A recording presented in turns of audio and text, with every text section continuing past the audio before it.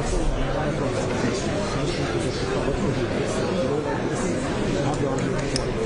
ein Bonus in unserer Position.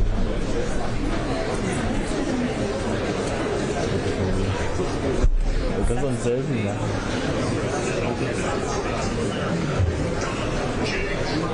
Wir müssen uns selten machen. Also ich.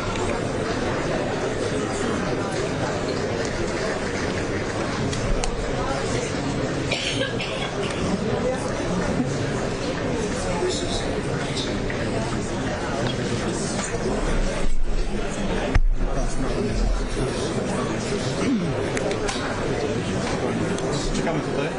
Będziemy wchodzić.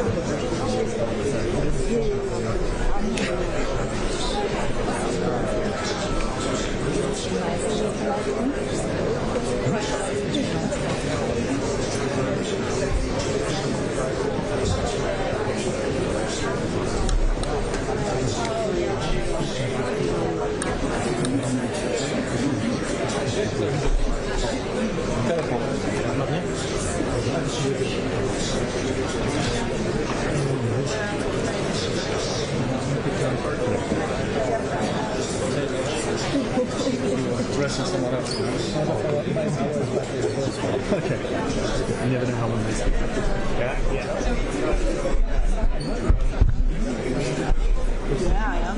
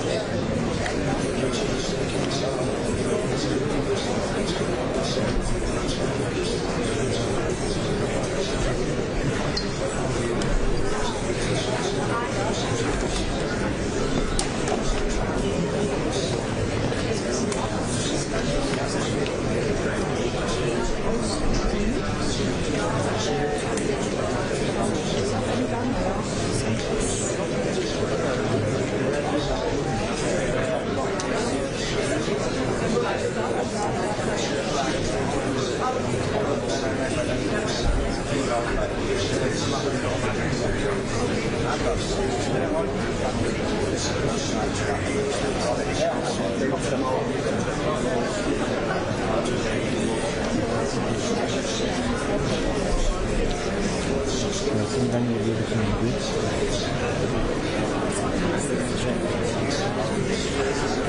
Und wir haben 11 angefangen.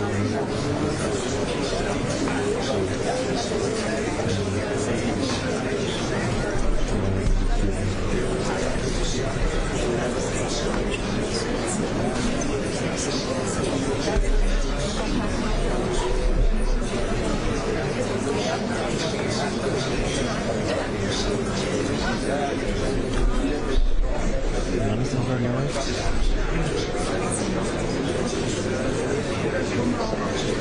Ja, schon bitte.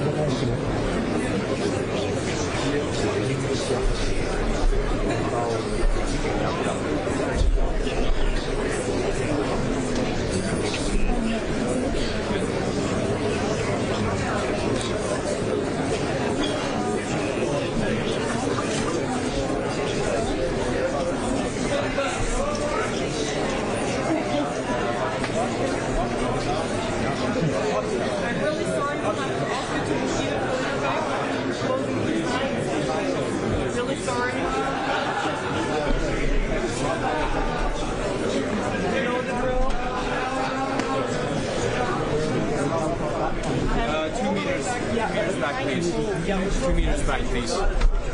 Thank you.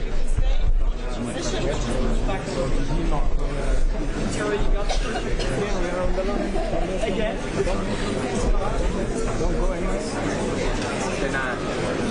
Further back, all the way further back. Big steps behind you. Sorry, we're moving. This is not a free pass. Moving further, further, further. Even further, it's 2 meters, one way or another. We're moving 2 meters. You can take 2 big steps or a lot of small steps. Thank you. Further back, further back. Thank you. 2 meters behind school. Further back, please. Further back, further back.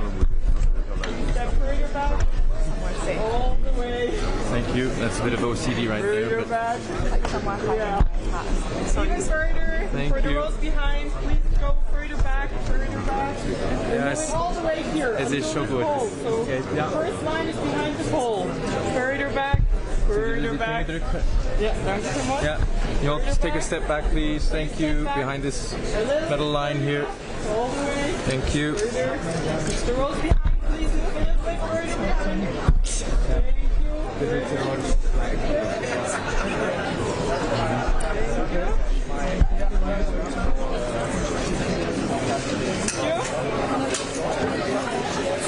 a little bit further back so that we have a straight line. Sorry, sir, can you please move back a little bit so that we can make space here so everyone can move? Thank you, a little bit more. Just a little bit more. Okay, perfect. Thank you.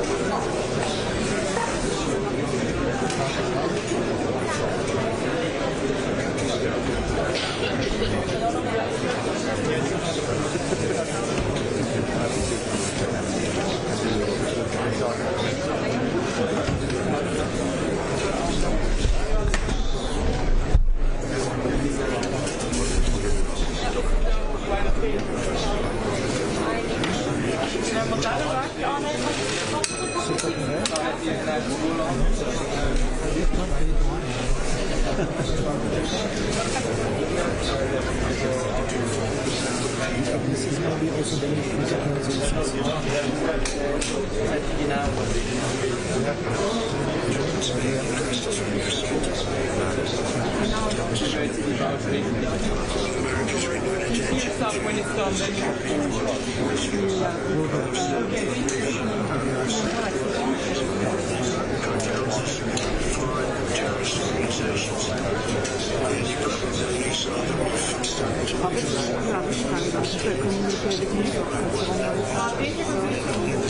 En fait, oui, je sais, je te demande. Parce qu'en fait, nous, on est coincés dans la masse et on voit pas ce qui se passe. Hardy, je sais, je demande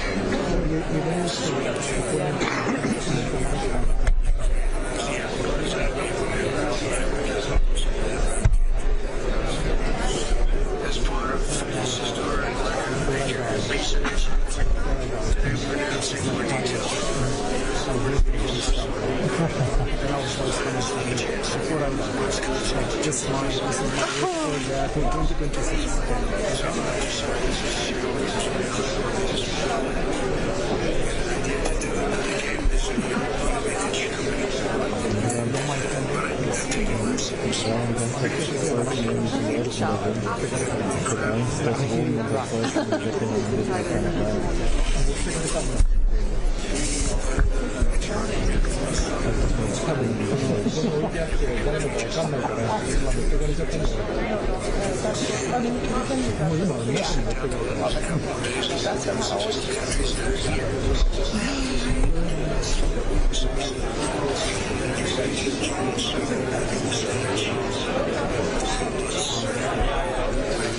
besten.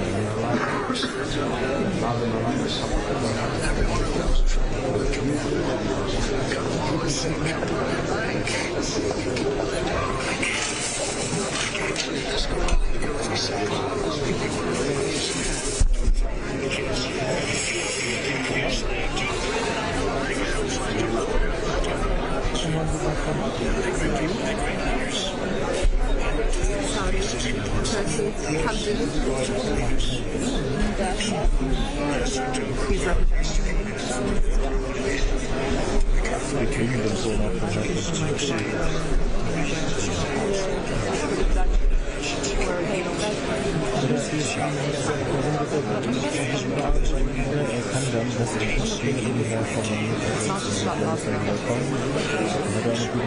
Aber nicht jetzt, oder?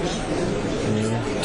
Vielleicht kann er zusammen mit den Kinderfilmen jetzt noch kurz hochgucken und dann wieder kommen und dann wieder eine gute Position. Du kannst danach zu uns ins Shop kommen, aber und zwar ist unser Material, das steht Blender und Live-View. Schreibt es in einem Ofen an der Treppe. Wenn du da rechts bist, hinter diesem Live-Stand, und ich habe ein bisschen Angst, dass das Zeug da kommt, weil wir im Internet viele Website-Leute ausprobieren, das ja anfangs möglichst kurz zu checken. Aber wir brauchen für eine Live um 12. Danke dir.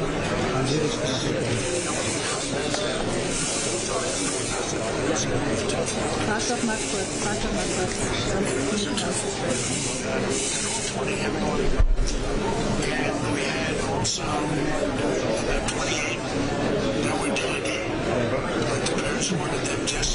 Genau, ich habe diesen Buch und hinter dem Buch stehen Kamera, Da auf dem Rucksack ist eine Kamera drin. Ja, genau. Ja, genau.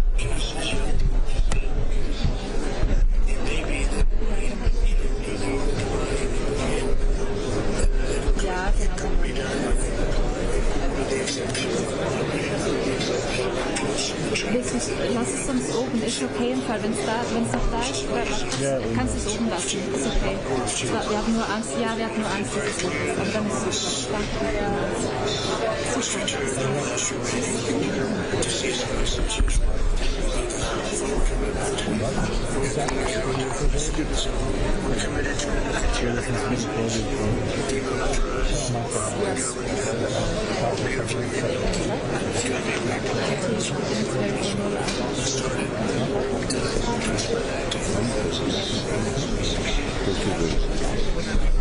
Serve up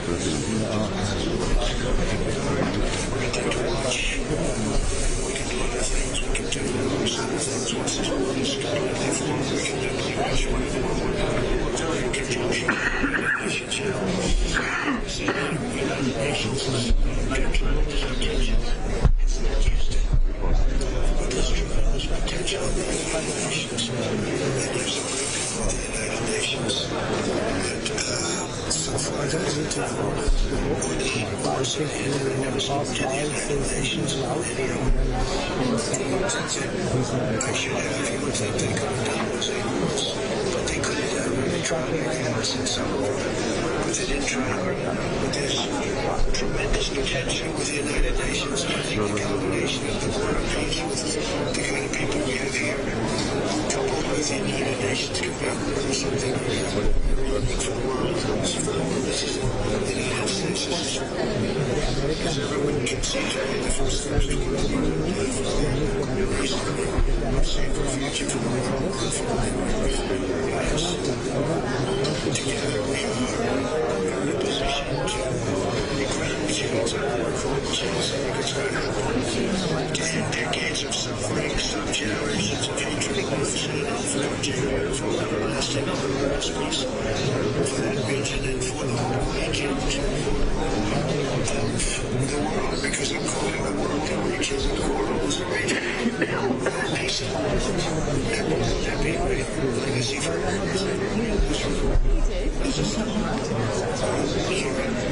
There's a reason that you're here. I can't fight fire with her. She's making up videos. And when you use that genius, you use your genius, when you use that piece, the opposite piece has no chance. I just want to say, yes, tremendous to You want to be his pool? You want to be his pool? We're doing this very important. Most important to being here. Yes, that was a tremendous success. Lots of good things happened. This was something that I could think of a better place because so many people were together. And now to bring the word of peace into full force, I ask you, Foreign Minister Rita, to join me in signing the ratifying word of peace. It smells like burnt toast. I'm having a stroke. Very much. I appreciate it. Thank you.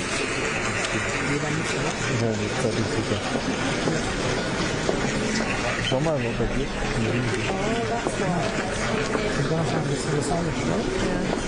Everybody's going to sign now. Jesus Christ. Yeah, Electronics e-sign. There's more.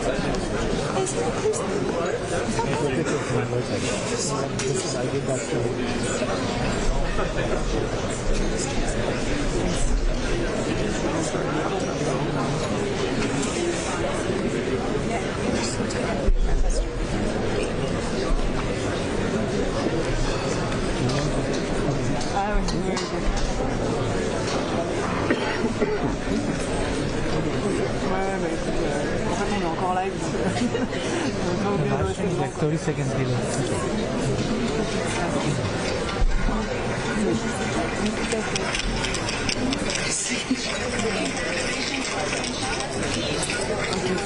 Congratulations, President Trump.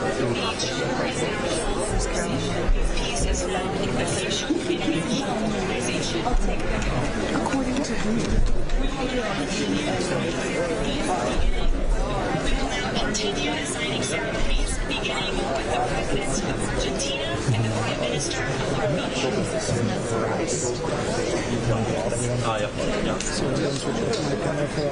Curious how he's crazy. That's Monica.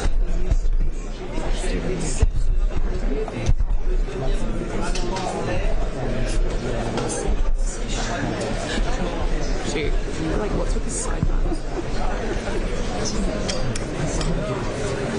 Honestly,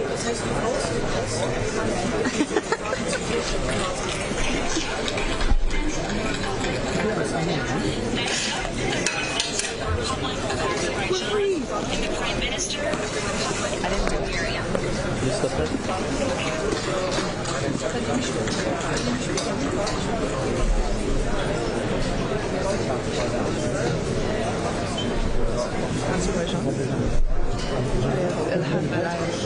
Or no, Armenia.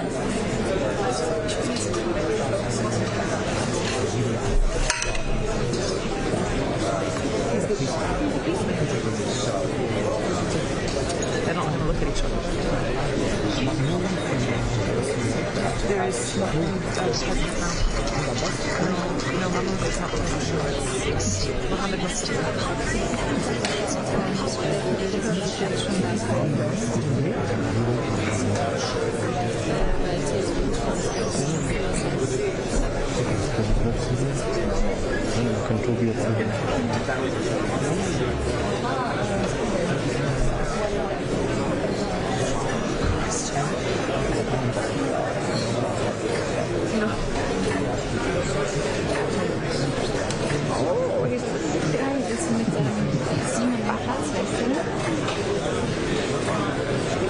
CGTN Spotify is not out.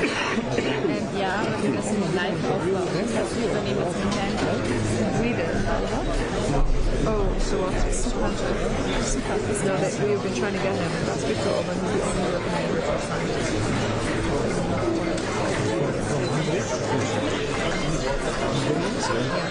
Oh no, they will change.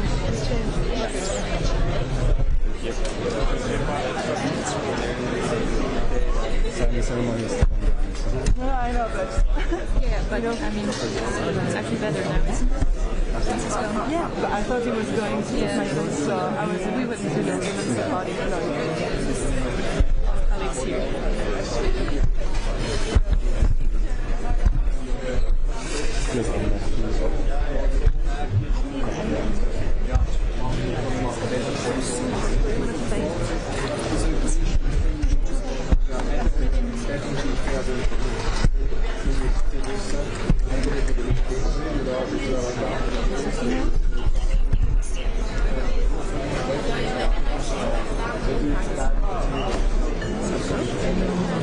So we're behind. Sorry, there's Sebastian.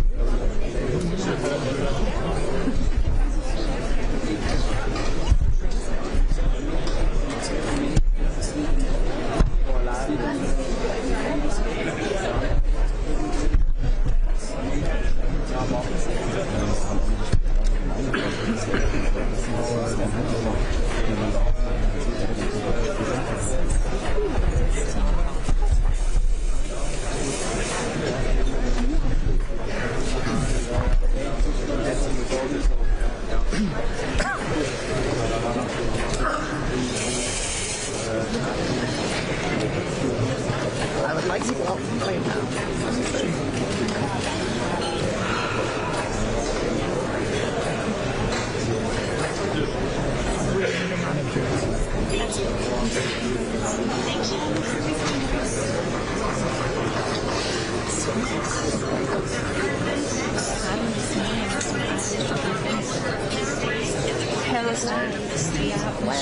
Paraguay, das ist richtig. Paraguay. Live.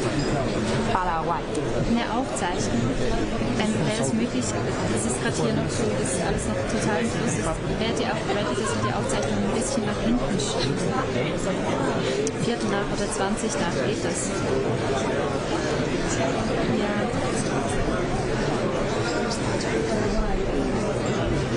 Okay, ja, wir geben unser Bestes, aber ich kann es gerade noch nicht versprechen.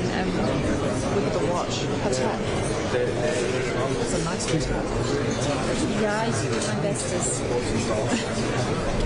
Ich gebe mein Bestes. Nee, ich bin hier die ganze Zeit. Sie ist noch im Saal selbst. Ich stehe mit Miriam dort, wo der Frontmann vorbeikommt und Bobby einen letzten Stop macht, um noch ein Statement zu machen.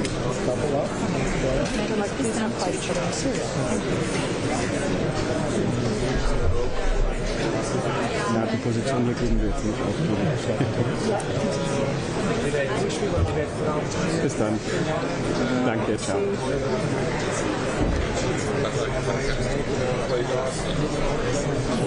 Auch eine E-Mail von PR24 bekommen.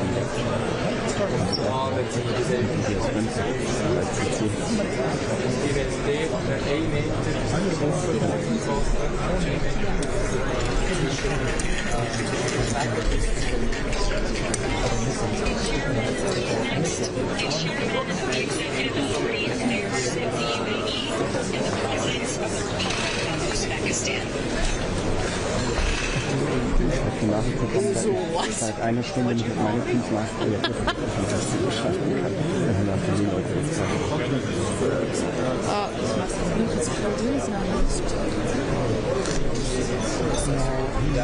Ich kann mir nicht beantworten, weil ich weiß, mit der Tageszusammenfassung noch solche Sachen ist.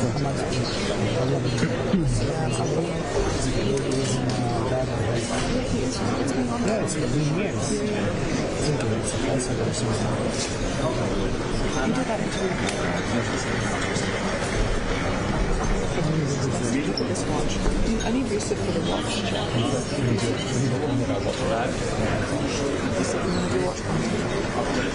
Gestern dann hast du gesagt, die ganze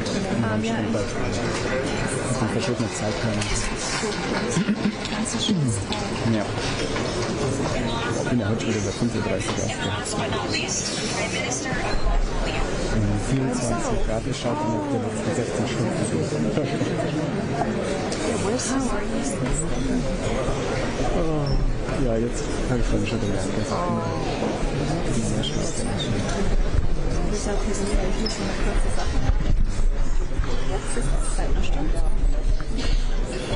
Dann ist ja auch nichts zum Trinken mit. Bei den ersten 2 Tagen kannst du so verfliegen sind, du hast aber immer so und jetzt geht's. Das ist so eine Akklimatisierung. Ich bin immer außer Atem gekommen.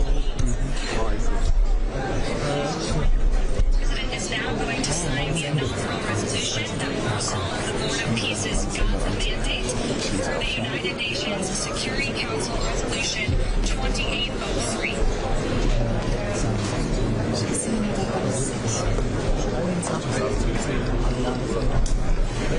Like, where's the Israelis? Yeah.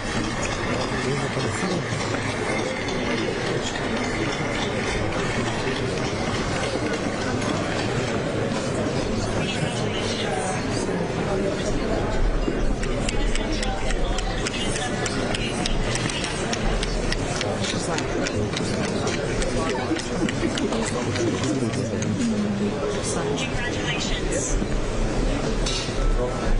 President Trump's inaugural peace conference placed in New Zealand. Now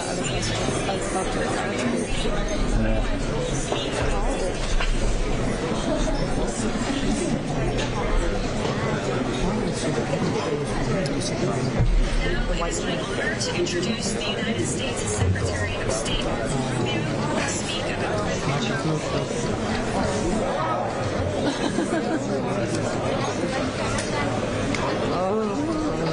The world's press side.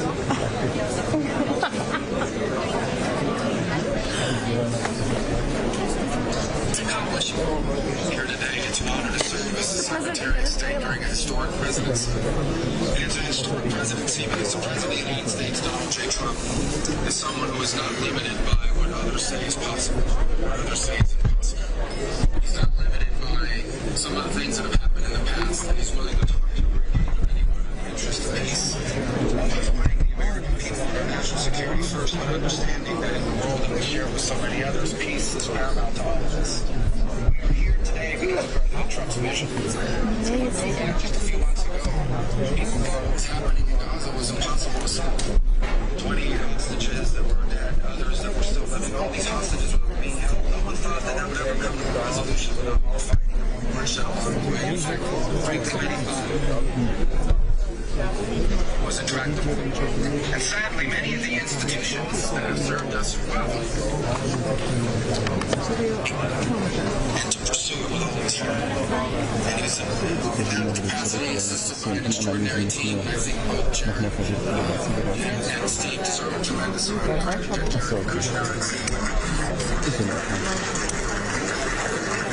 Partners here today, and now we have the support of peace. We believe possibilities are endless. Obviously, with a focus first and foremost on making sure that this peace deal in Gaza becomes enduring. And I know this president has it as highest priority, and given everything he has to make sure that this is successful. I also agree with all the extraordinary leaders that are here today. This is not just a board of peace, this is a board of action. Yeah. Just like President Trump is a president of action. A lot of times people like to give speeches. I've been to many of these forums, and Ja, das stimmt so genau. Siehst du, da wo wir vorhin das Zeug hingestellt haben, das ist richtig. Times in international affairs, we often find ourselves in a position statements, these strong but no action. Nothing happens.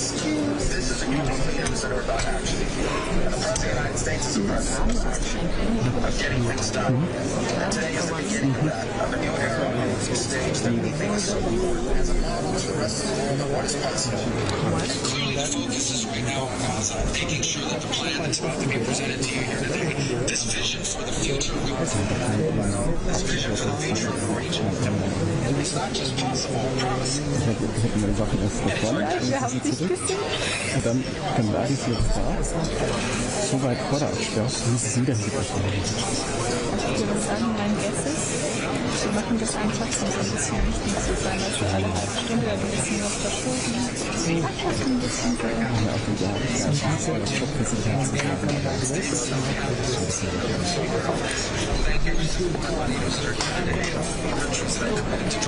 Many others are going to join up. Others either in town today or have to go through some procedure internally in their own country because of constitutional limitations. But others who join, many want to be a part of this effort because it is going to be a successful effort. And you see it reflected here today. Countries of different backgrounds, from different parts of the world. Majority Christians, majority Muslim others. Coming together to, in fact, 400% joined chaos movement to make peace. And how was possible? This is again because of the vision.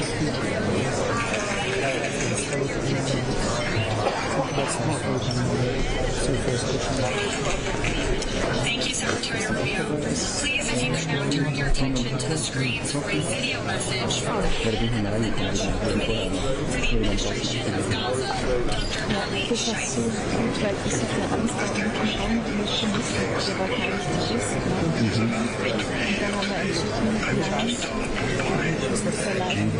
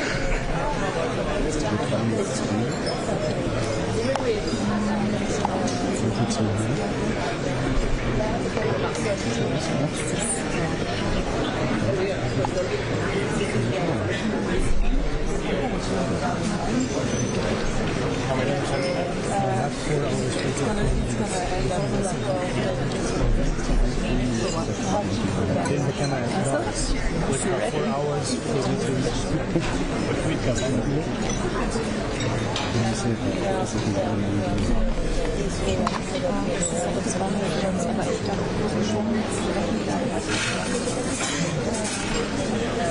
ja, aber die Frage kann man. Ja, aber du kannst ja sogar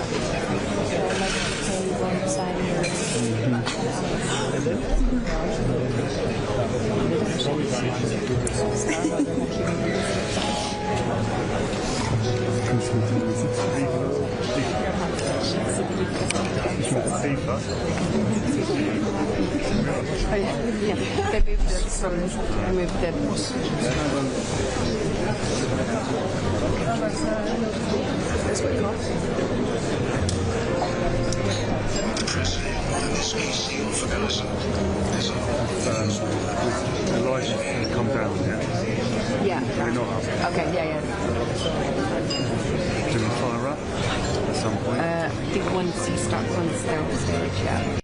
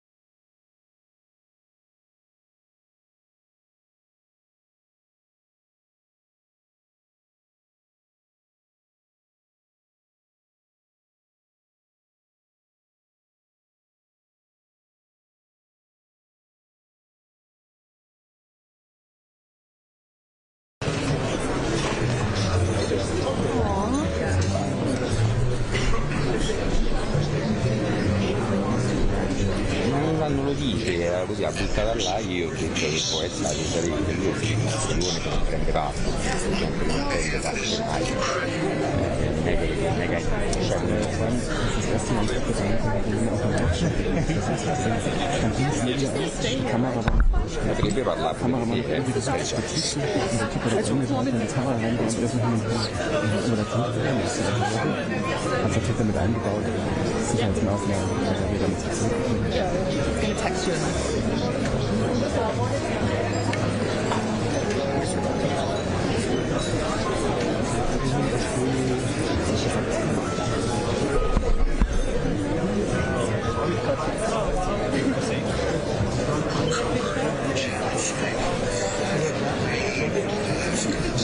Was too short for drink.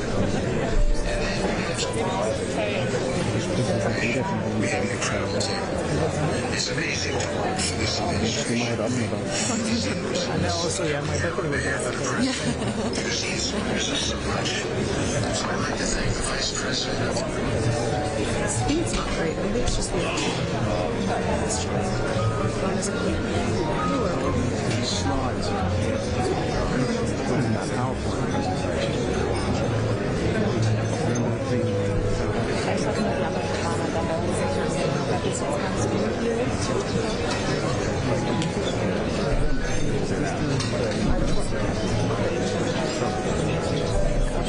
Inzwischen, ich habe morgen eine ARD Nacht.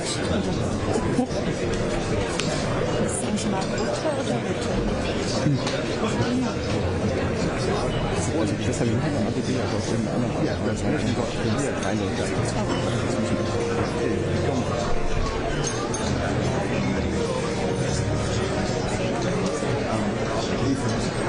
Push is doing the power. Sorry? Push is doing the power. Das Englische wäre They're good. Margaret. Good charts. Schon ja kein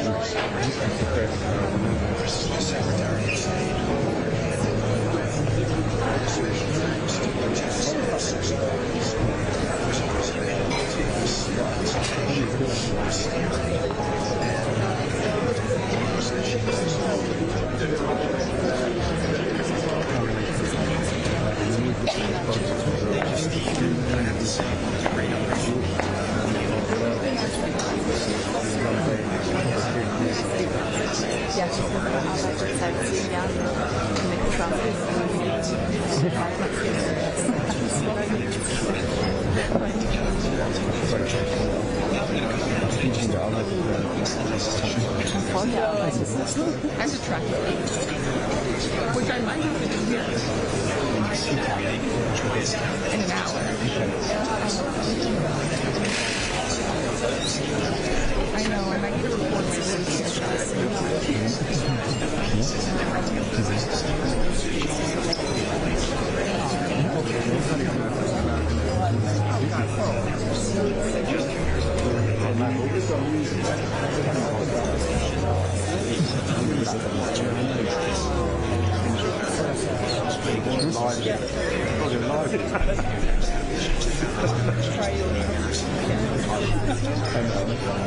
Das geht mir bis dahin.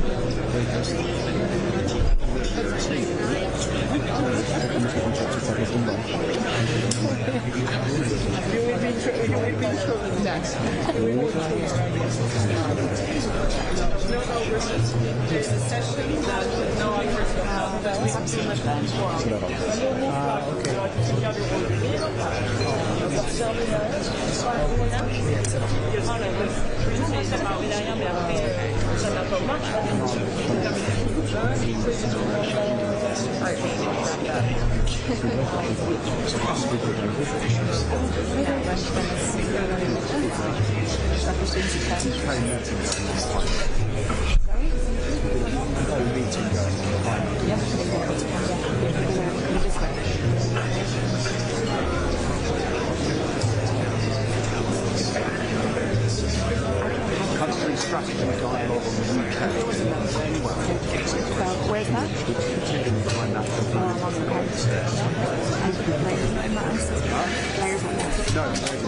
Ja, ich weiß.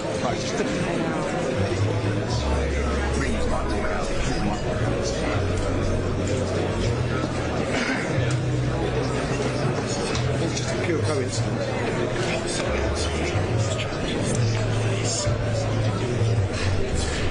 Wenn sie unbedingt was scheitert, dann werden sie nicht und sagt, stärker machen, dann sagt sie, ich rufe wieder an, dann ist es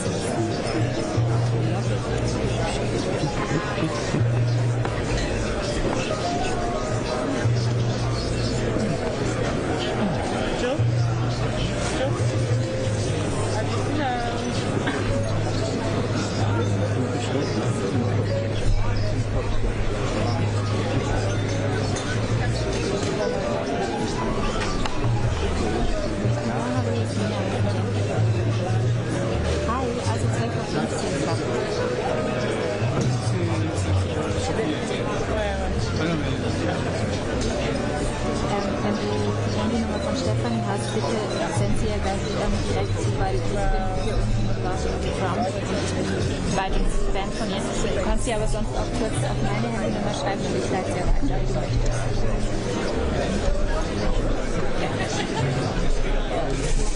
Alles klar, super, perfekt. Entweder bei mir oder bei Stefan. Ja, danke. Das sollte gut sein, ja. Ich schreibe es jetzt. Super, danke.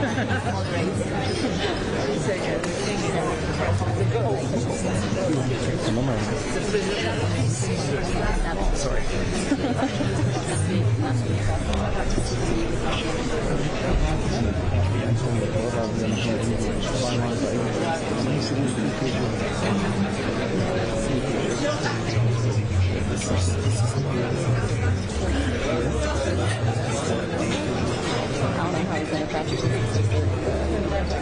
I mean, I could track here. We have like sit on the floor. Yeah, but that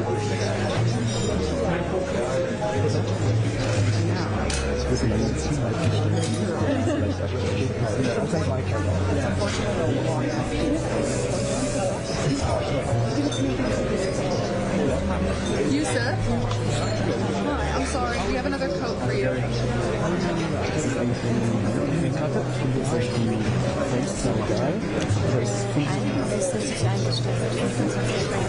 wollte gerade sagen, meine Handynummer stand in der Zeit 60 und ich kann jetzt schon mit 60 Mal her schalten, wenn ich die Open Camera noch, dann kann ich die jetzt trotzdem machen.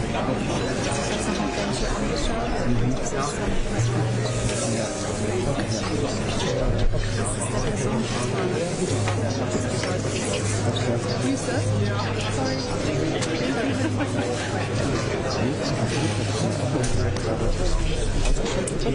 Weil es eine Stunde oder so an war und nichts passiert ist.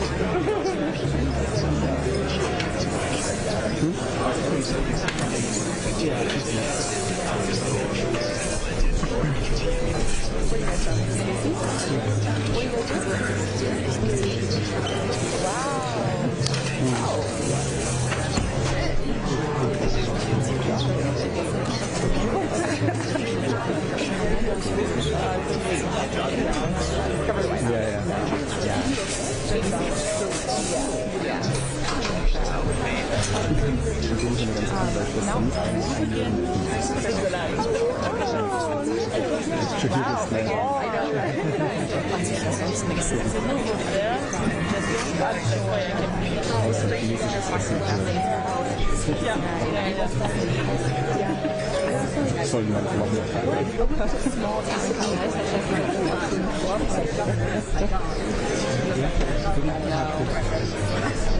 Wie gesagt, die ist da alles.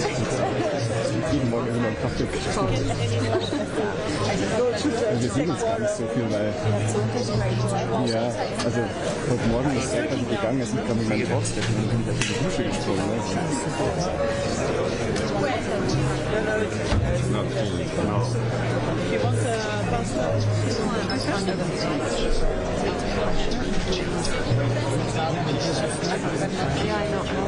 Like chemists, we are just chemists.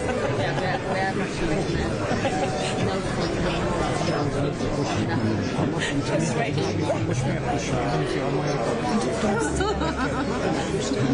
I know all these videos.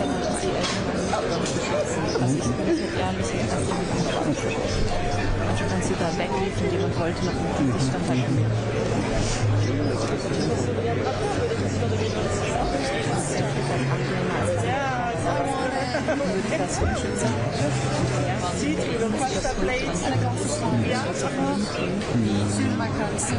In seine Nähe geschubst und haben die Personenschützer ins Bild geschubst. Ja, das ist ein Kissen. Das ist die Musik.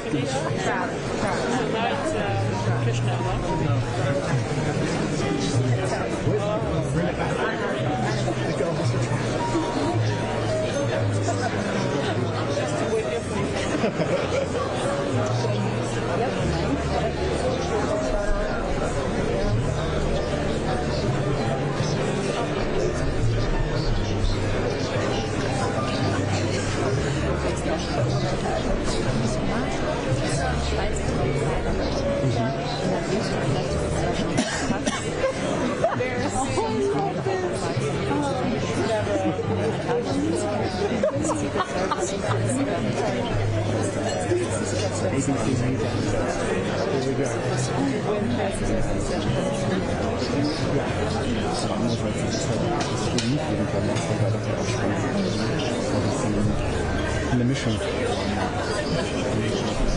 So, das gibt's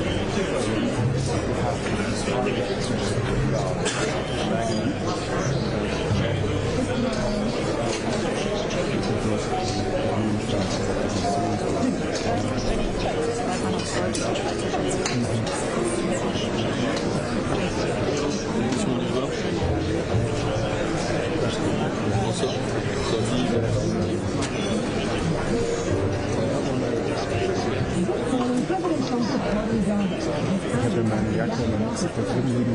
Keine Ahnung. Ich bin schon noch draußen.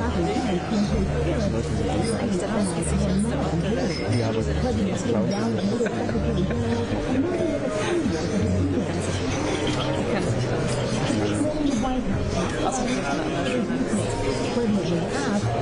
Sie sind gerade an so passiert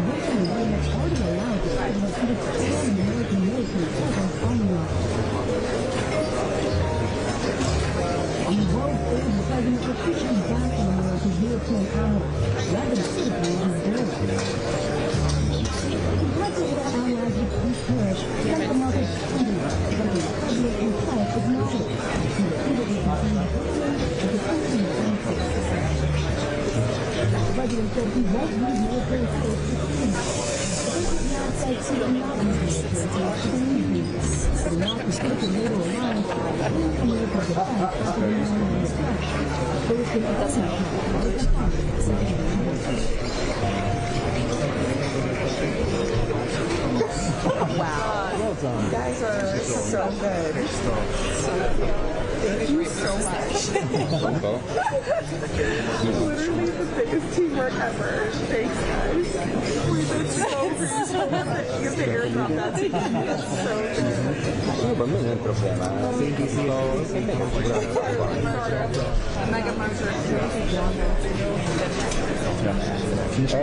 Sì, ma io non è che faccio i miracoli perché lo zenitto è dell'aglio.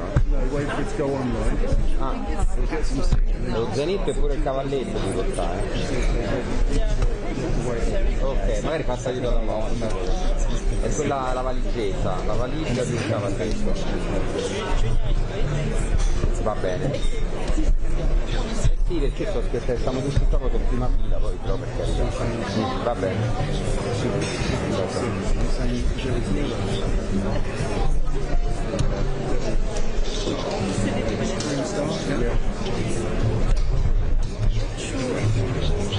Prendete pure il riflesso, che è quel coso tondo, se ormai lo conosci, sta là appoggiato sopra uno dei cappati.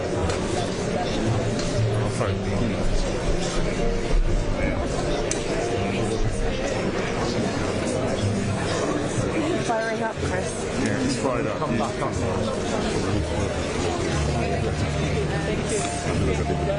Who are you telling me that? Thank you. Just the group, WhatsApp group. Do you want me to take call now? I'm just going to tell Knock. Okay. We made our choice.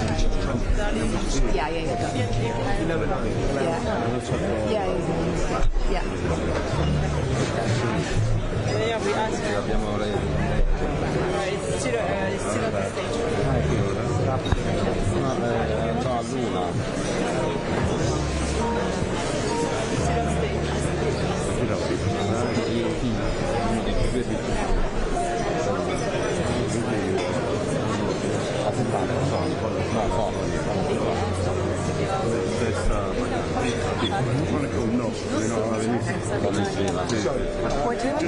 Just to check and see la qualità.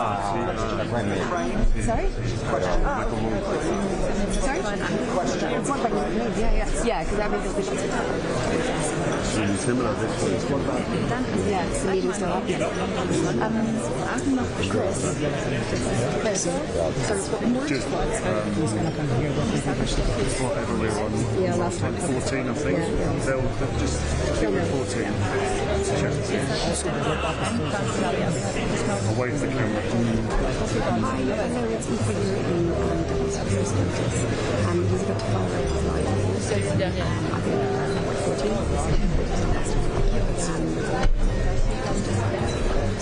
Yeah. Sorry. Yes, yeah.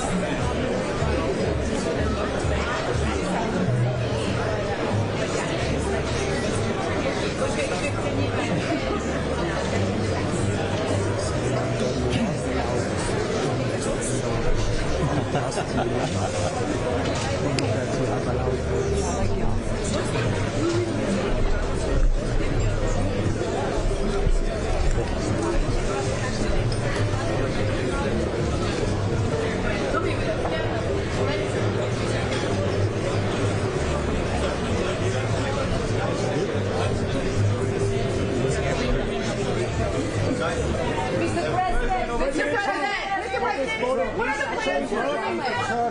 Mr. President, are you completely abandoning your plans? Will you have control of all This was a great day. Yesterday was a fantastic day. This president will be leaving in a little while, but this was a fantastic day, and I think the Board of Peace is going to be very proud. What is your plan for Ukraine? Will you have control of all of Greenland, Mr. President? How many countries? Mr. President, Well, we're going to have how many countries I think over 50. I think over 50. What is your plan for Ukraine, Mr. Trump? What's your plan for Ukraine, sir?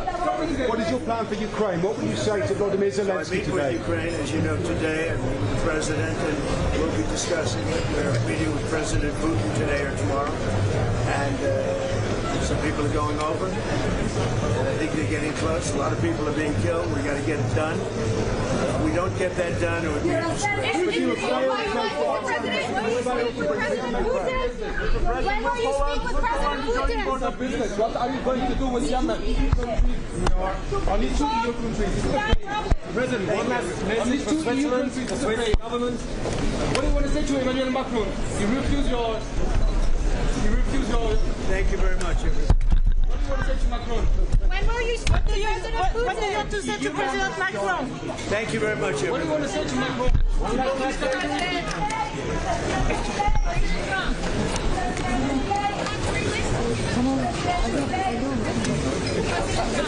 La perche, s'il vous plaît. La perche.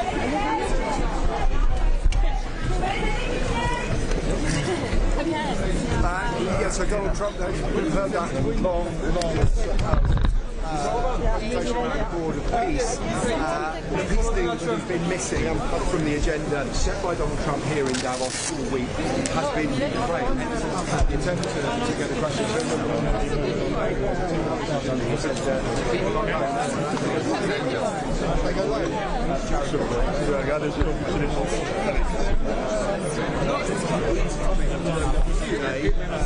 one of President Trump's next meeting will be, we think, with President Zelensky.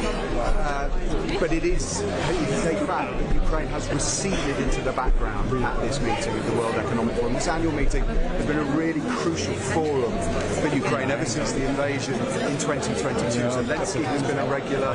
He's been a couple of times. He has been the main attraction on the main stage here. His address to the Davos conference that he will make today was only inserted into the programme late yesterday or early this morning. Donald Trump set an agenda. Other countries have had the choice to follow. We in the media make no apology for following that agenda.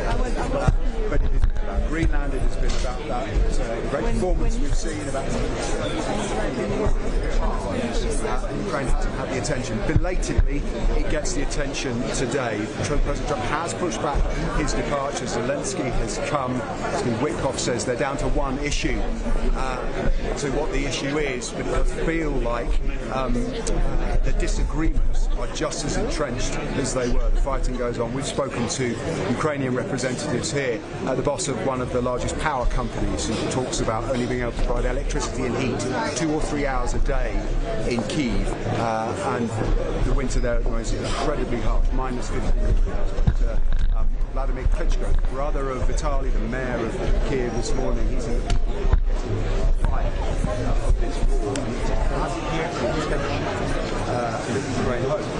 Big talking points leading into this meeting was that President Trump scheduled to come before the Greenland a reconstruction deal might more than $800 billion reconstruction deal, hoping to leverage all the capital money that is in Davos. And it is an economic forum, remember, it attracts the biggest banks, the biggest companies, the biggest financiers in the world. Ukraine is there is an opportunity in the rebuilding of Ukraine.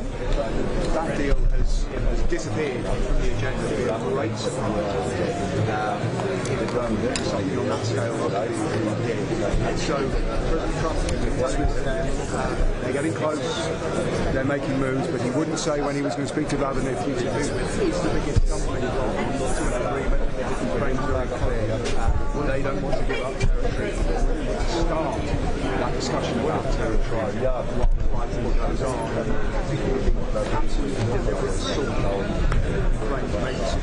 Power structure, which attempts to save Ukrainians, break Ukrainian people,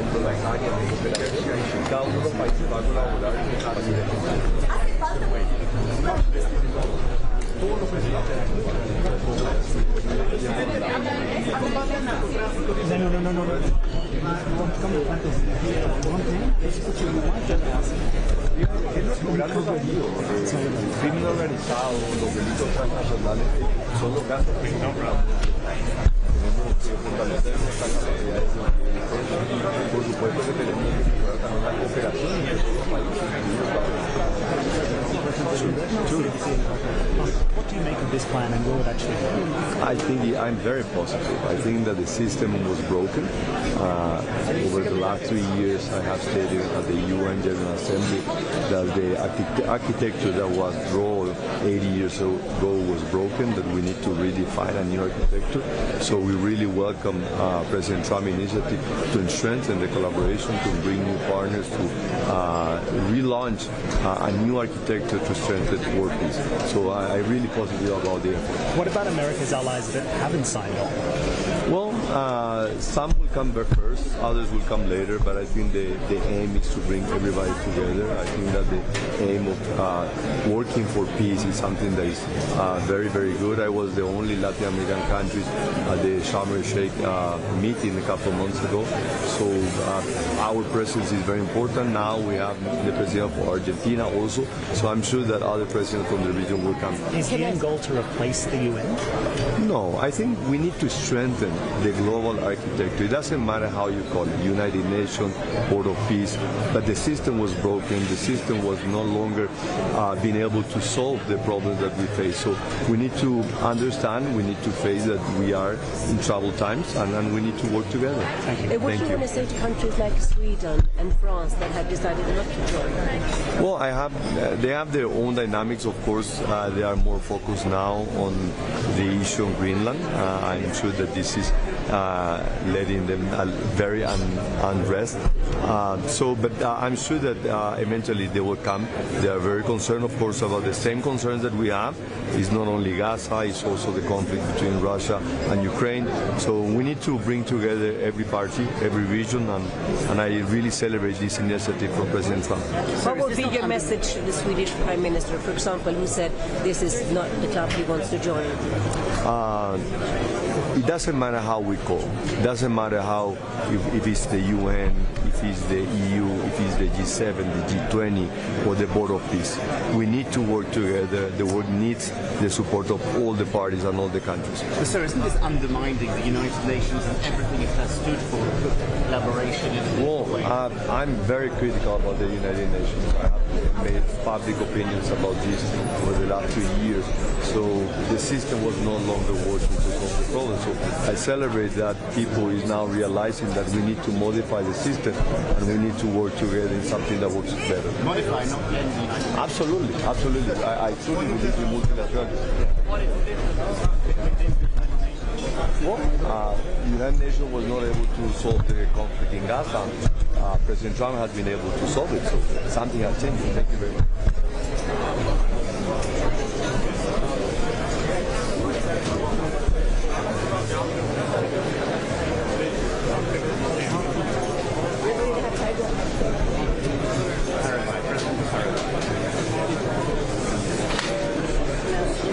Mr. Infantino, Hogan Sports. Infantino.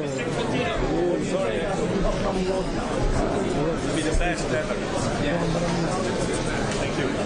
Sorry for the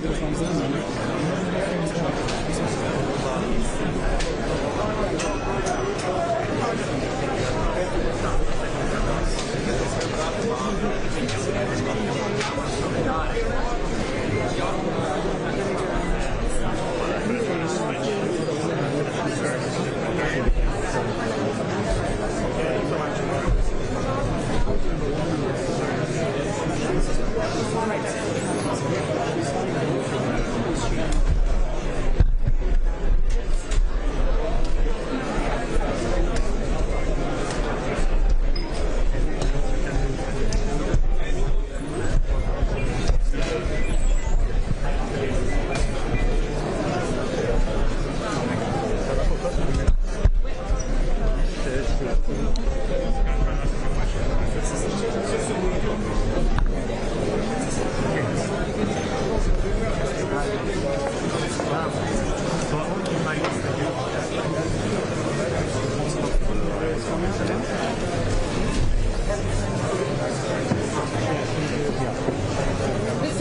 Minister. Prime Minister Blair. Prime Minister Blair. Prime Minister Blair. Please, 5 seconds. Will this plan work, Prime Minister? Det er fordi med mig. Kan ikke prøve noget nu.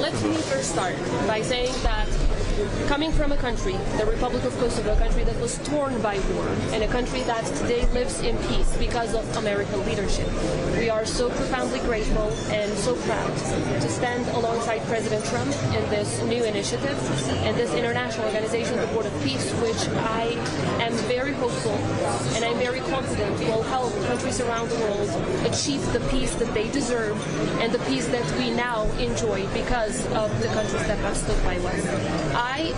As I said, I strongly believe in the leadership of President Trump and his team, and now alongside the other leaders that have joined the Board of Peace, we will be giving our contribution to support through our expertise and a wide range support to make sure that this plan works. At the very front and center of everything we do is the lives of the people. This is about saving lives. I know that firsthand. We grew up as children of war, everyone in our generation, and today, thanks to the leadership of the United States of America and many other countries that stood by us, now we can come back and help and make sure that we carry peace forward. Why aren't the Europeans also on the piece of paper? I'm sorry? Why aren't the Europeans also on this piece of paper?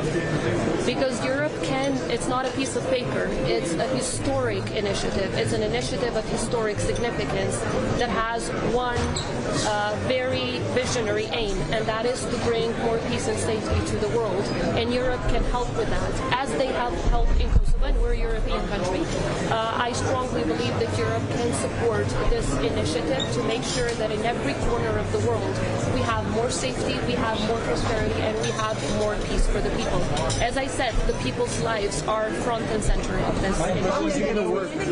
How is it going to work? Obviously, achieving peace is a very complex thing, but what I see is I see aim, I see goal, and I see initiative from the leaders that have joined President Trump for all of them to help. As I said, with making sure that when there is strength through the American Peace Through Strength formula, I think peace is always possible. It's not going to be easy, but when we all join forces to help people in need, that is always possible. Again, we speak from our own experience. About 25, 26 years ago, we were the country that was destroyed down to the ashes. And we were all rebuilt. We rebuilt our lives, not just the buildings. And we've rebuilt everything to become a beacon of hope and to become a beacon of peace in Europe and beyond. And by the way, according to international organizations, today Kosovo is also one of the safest countries in the world. So we need to make sure that this example is very strong. We just saw President. Who did it solicited to the UN? Now, as if for President Trump, he wants to work together with the United Nations. But let me be clear, we are a region that have both benefited from the UN, but mostly in peacekeeping, not peacemaking. When it was about achieving peace, when it was about peacemaking, it was all through the leadership of the United States. It was the US leading, and the rest were coming on board to make sure that peace is achieved. And then, of course, the UN helped to maintain maintain that peace, and we're grateful for that role that the UN has played. But because of the very complex decision-making procedure that exists in the UN, there are more than just one country that has a veto. This has made things very, very difficult. Now with this new organization, the Board of Peace, I am very confident that peace can be carried forward in a much less complex way of decision-making. And as I said, we trust the intentions and we trust the leadership of President Trump, which is to bring peace to the world and to save lives. I haven't seen Serbia there, so I guess that's the answer. I'm not sure whether they were invited. You would encourage them to participate as well. We encourage every country that believes in peace to participate in the Board of Peace. Now, of course, whenever the time comes, we want to support the United States of America and other countries that are involved in the Board of Peace. As I said, Kosovo has more than 20 years of experience on how to build peace, on how to maintain peace. Also state-building exercises and state-building experience through which we've become one of the safest, one of the most prosperous countries in our region. And I think this example can be shared because it's also about best practices, as you've heard Mr. Kushner saying. And Kosovo, I think, is one of those shining examples that can really give best practices on how to build and maintain peace. Do you know if more European countries will be joining? As you've heard President Trump, there are a lot of countries that want to join, but of course I would ask you to ask the White House for the names. But I know that there are a lot of countries that are showing interest to join the Board of Peace. I think it's going to be an extremely successful international organization when it comes to achieving real, tangible results and peace in the ground rather than just statements and rhetoric. How can Kosovo help, for example, President Putin on the Board of Peace as well? I'm sorry? You're happy to stand alongside President Putin on the Board of Peace? President Zelensky! We've been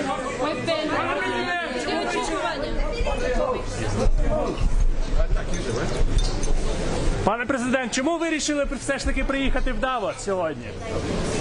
Про що ви будете говорити з Трампом, пане президент?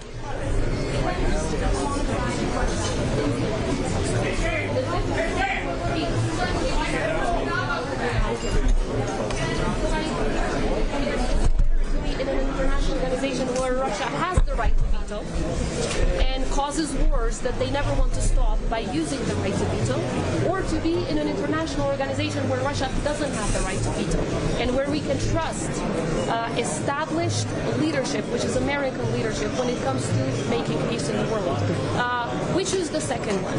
Of course, we want to become a member of the UN in the near future. Russia, by the way, has been the country that has been blocking our membership. Now, with the invitation of President Trump, we are a member of the Board of Peace alongside countries, and we are a founding member of the Board of Peace as a country that can contribute to peace, not just in our region, but worldwide. Russia can be there as a member, but it's not a blocking member, and I think this is good news that they don't have the veto in the Board of Peace. Who has a veto in the Board of Peace? Well, as you can see from the chart of the Board of Peace, the United States is the founder and the chairman of the board for President Trump, but then the citizens are Thank you very much.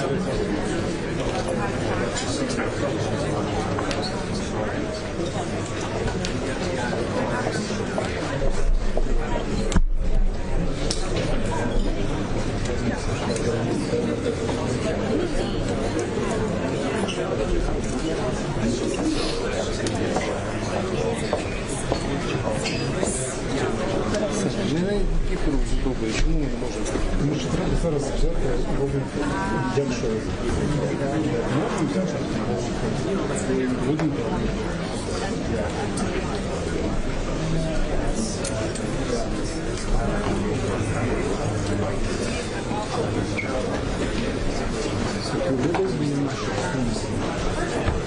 Там кажуть тісно.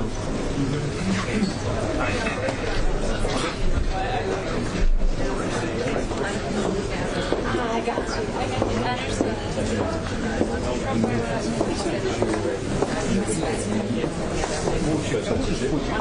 Значить, пускають це.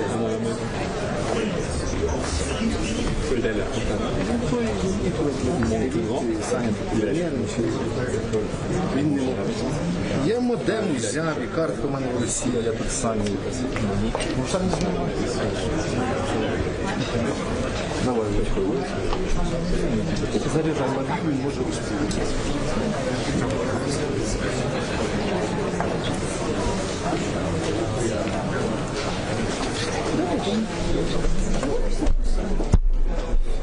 Американці ж організатори. А, тобто тому вони менеджери, так? Ми ж до них йдемо. Тобто це перед. Нічого не знаємо. Це на всякий випадок, якщо Так. може запустить, може ні. Це зрозуміло. Вони підійшли, тому що коли вони брифали журналістів, вони сказали, ви з Пулу? Я кажу, ні. Вони кажуть, ми до вас не говоримо. Треба було сказати, що буде.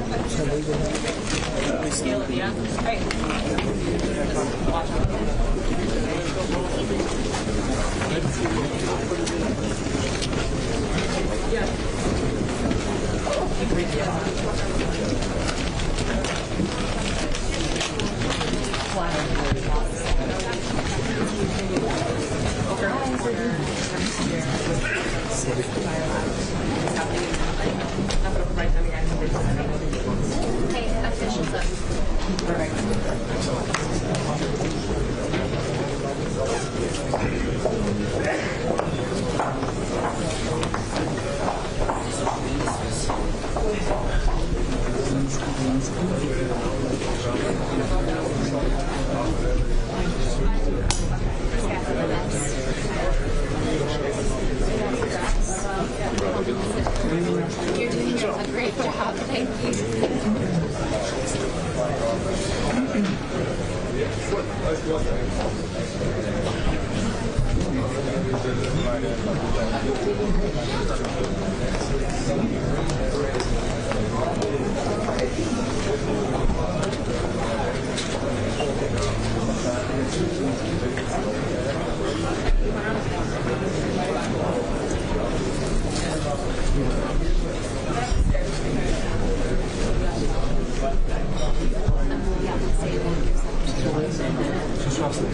Silly where you got the jacket. So tell me, this lady in the glasses is good. The guy in the green jacket's not. Everyone now the glasses are the first one. All of those bad.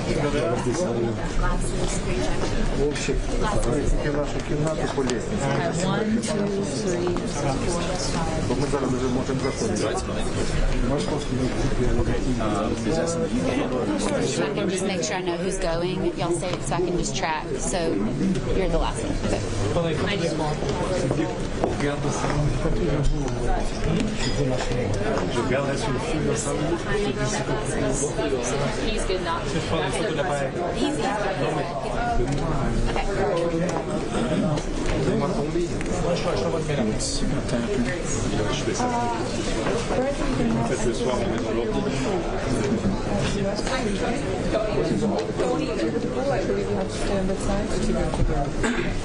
Probably we can ask him to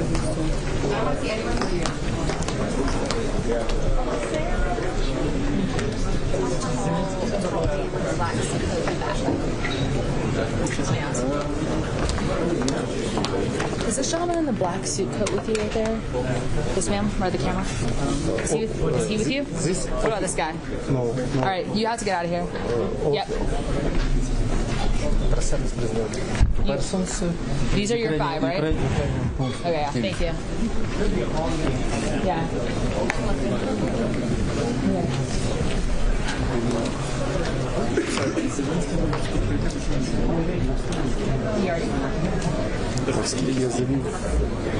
Раз, два, три, четыре. Hey guys, this is White House pool and Ukrainian pool only. If you are not in the White House pool or the Ukrainian pool, you will be removed. Thank you. Don't hide. What? I should go. If the White House pool, if you see anyone you don't recognize, let me know. I will try to go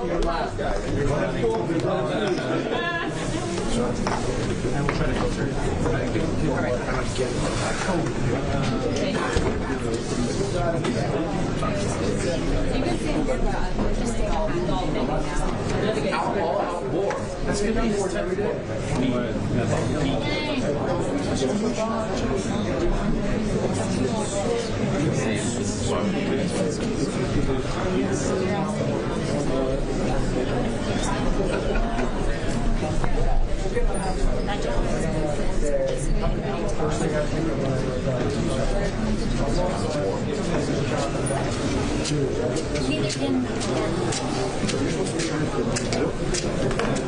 Ouais, alors, ils viennent de dire à la groupe, là, il y a des caméras et tout.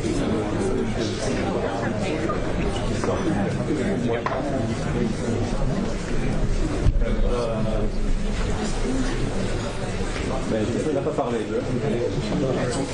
Alors, il y a une... Саня, тобі картка потрібна чи ні? Si vous n'êtes pas du coup, sortez, on va vous virer. Donc voilà. Je sais pas. Pardon?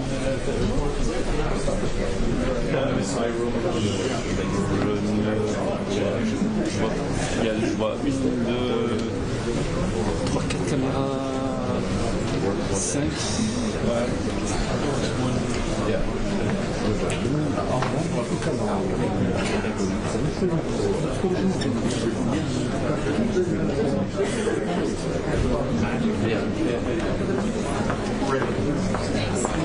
Вони щось потрібні.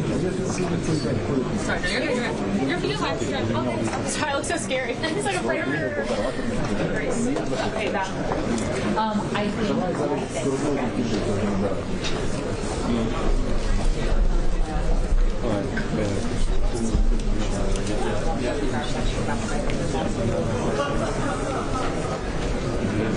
On m'a dit que non.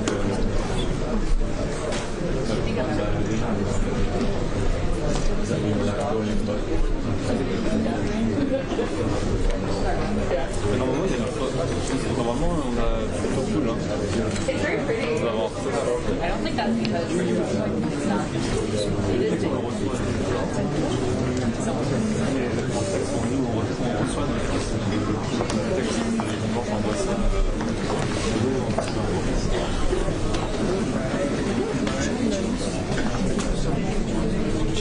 Так уже наш же заходит.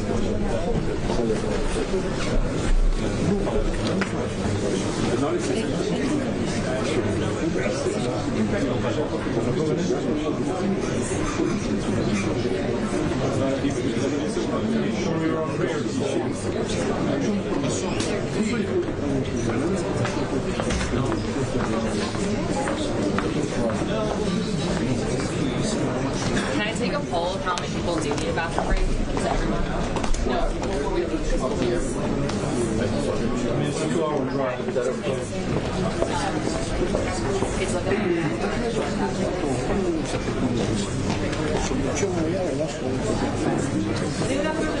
Right now. Your last chance for the next hour.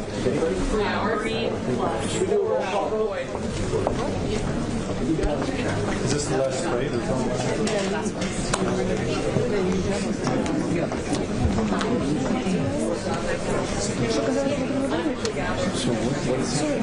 Still waiting. Well, if you're, are you in the pool? No, I'm Yeah, we're waiting for the Zelensky strike. But you can't go in. Саня, все добре? Ну, я получаю за тебе зараз. Так, Нікіфору мені вставляють, що вони готові.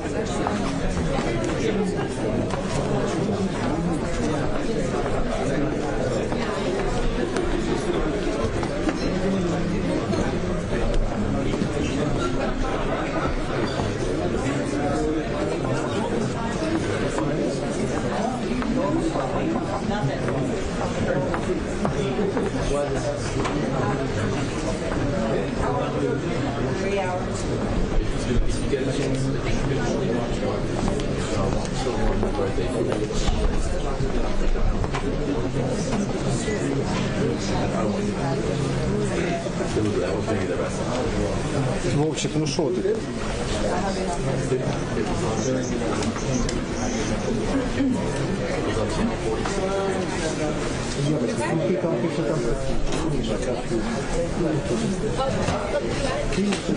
Ноутбук візьми.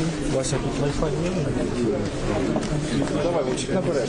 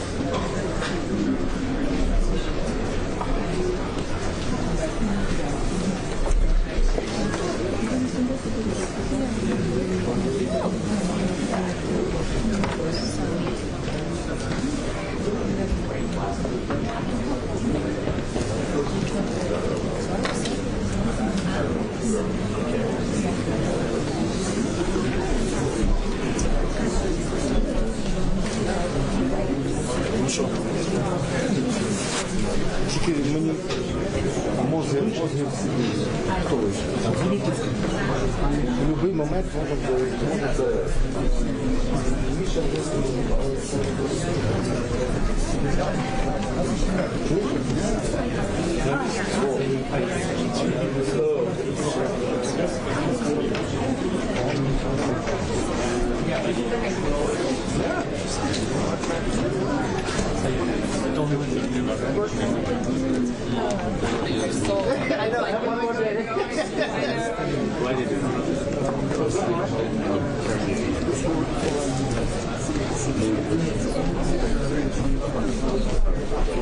I am at the but they said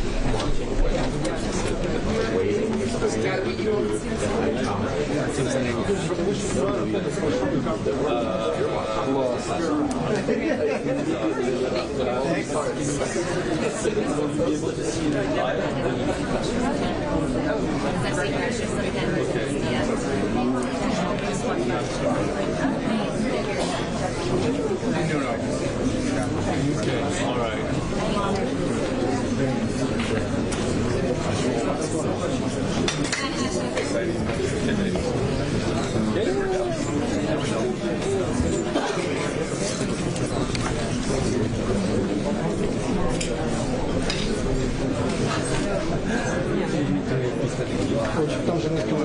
поставити, написати.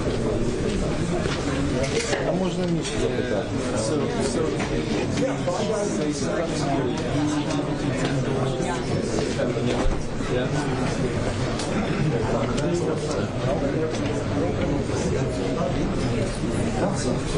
There's a delay.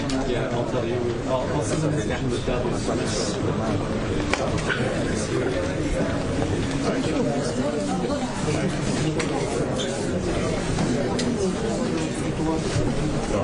Ну да.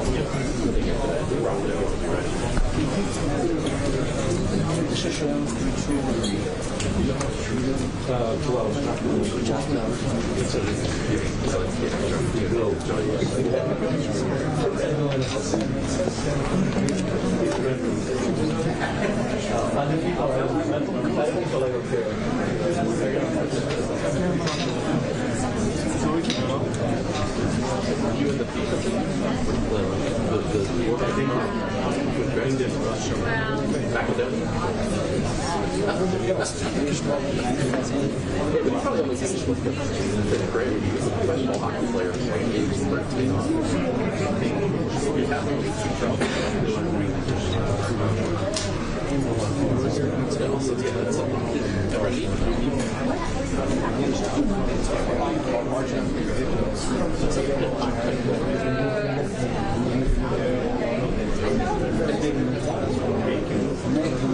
What was that?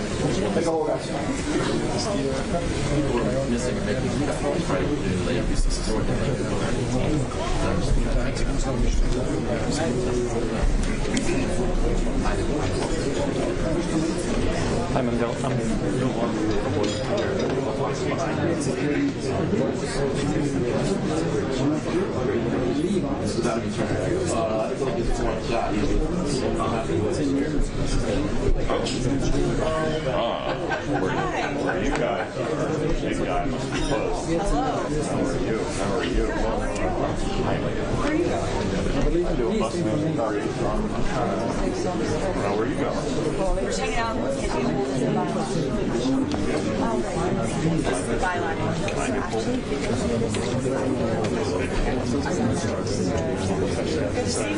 Yeah, you're a security badge. You can just tell you are Zelensky. I could. I sort of look like him. Maybe.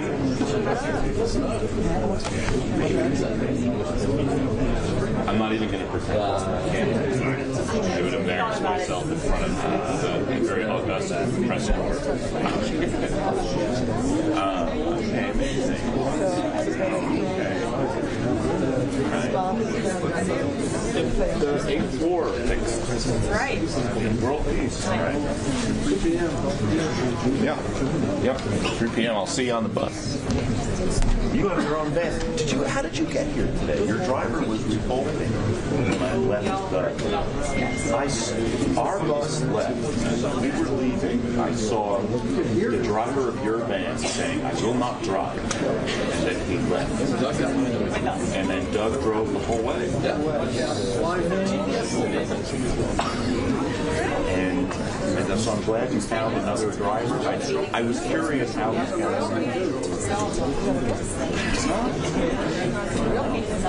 Who's going to solve this? The autonomous cars. We have that. Yeah. All right. Well, I wonder. I'll see you all.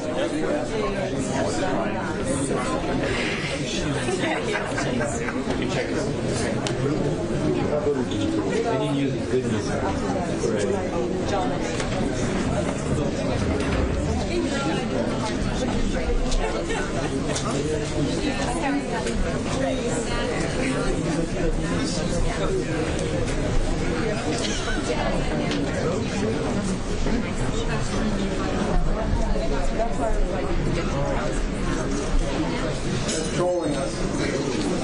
I'm dressed for winter, clearly. I look like a snow bunny. I'm ready to go skiing. Oh, you are? Again? Don't even. Okay. No. How much sleep did you guys get last night? 3 hours. How much did you get? Like same. We got like 3 hours.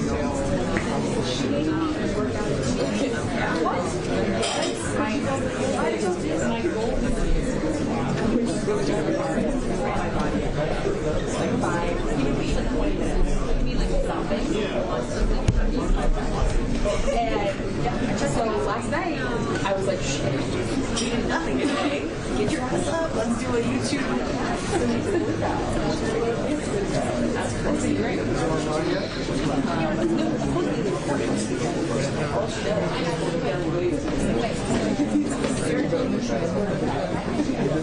Recording as I you're live right now.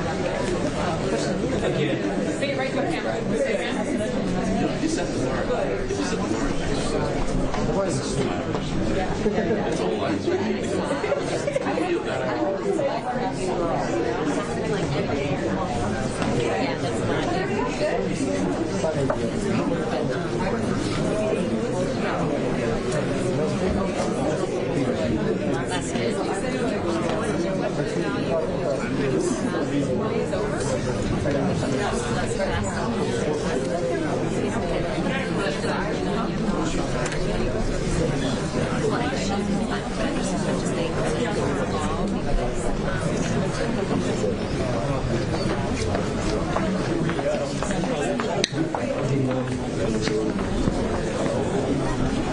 誰が来る？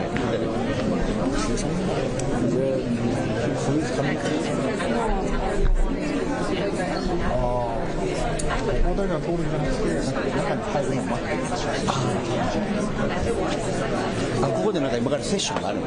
So there's a session started. Yeah, I don't know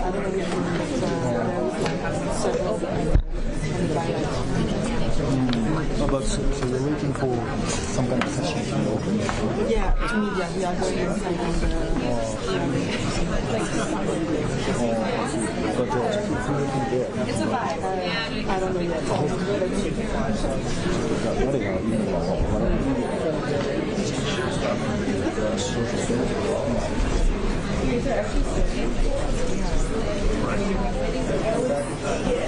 Thank you.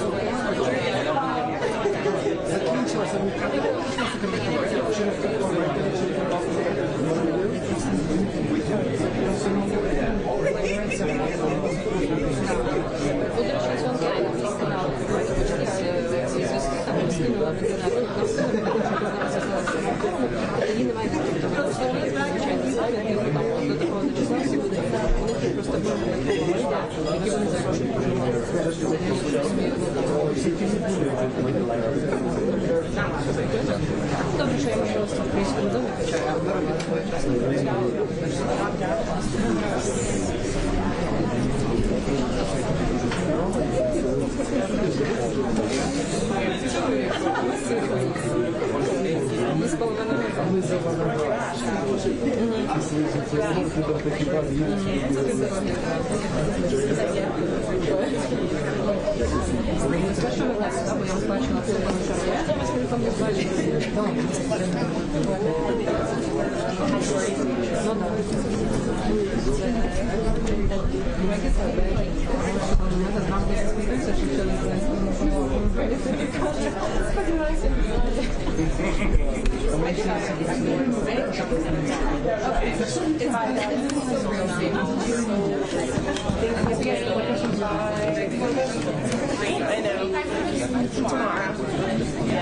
I know.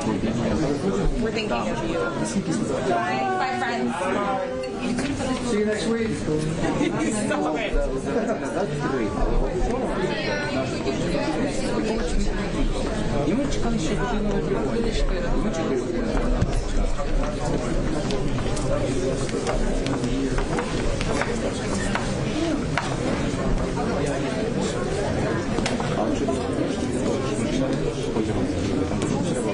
Ми їхали якоюсь іншою дорогою, не так, як зазвичай, ми дуже довго. Півтори години на українську, півтори години на польську. Це стандартно. А зараз профінці у вас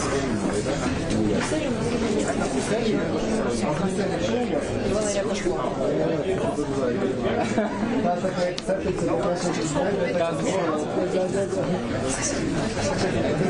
Так і надо. Наша ж редакція теж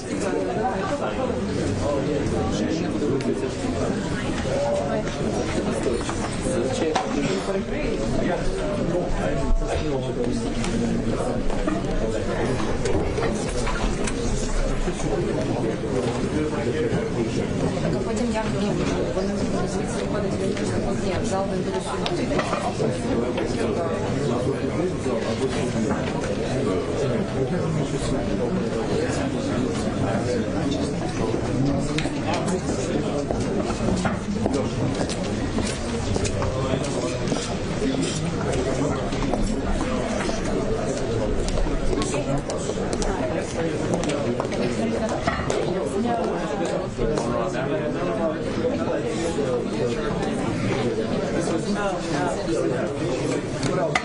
What else?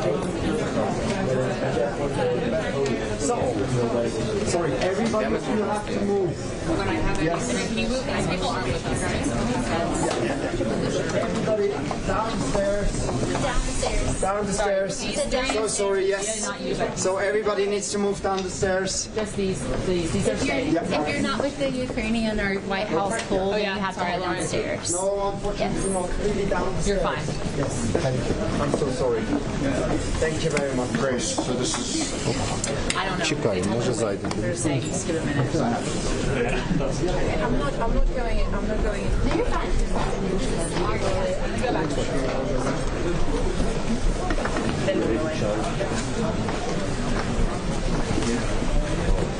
I mean, Also here we go.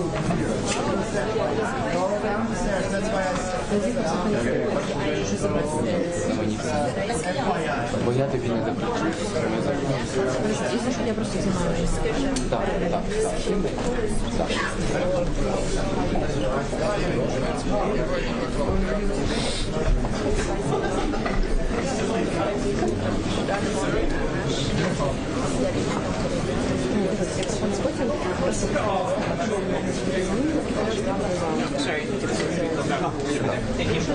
Скільки вийде?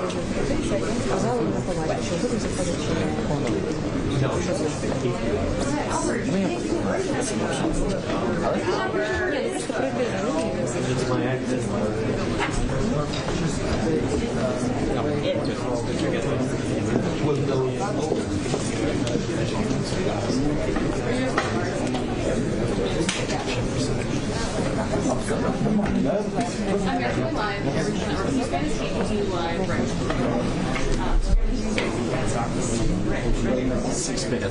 You can talk directly to both viewers.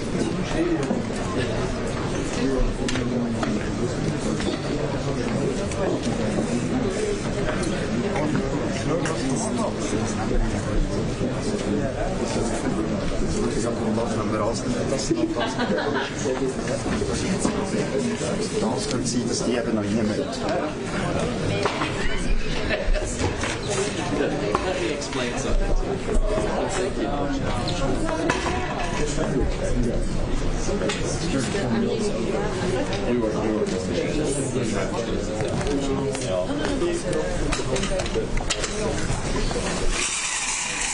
Oh, I'm sorry. So sorry. No worries. Yeah, but yeah, no worries there. So,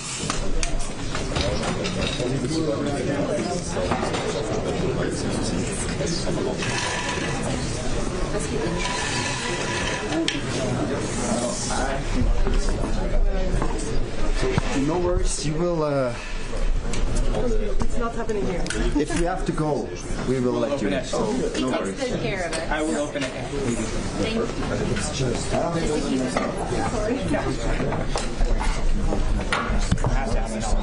No worries, no worries.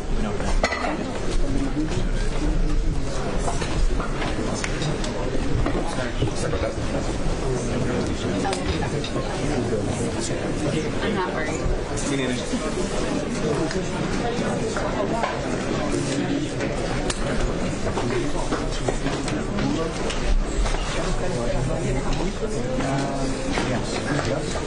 Healing is possibly back.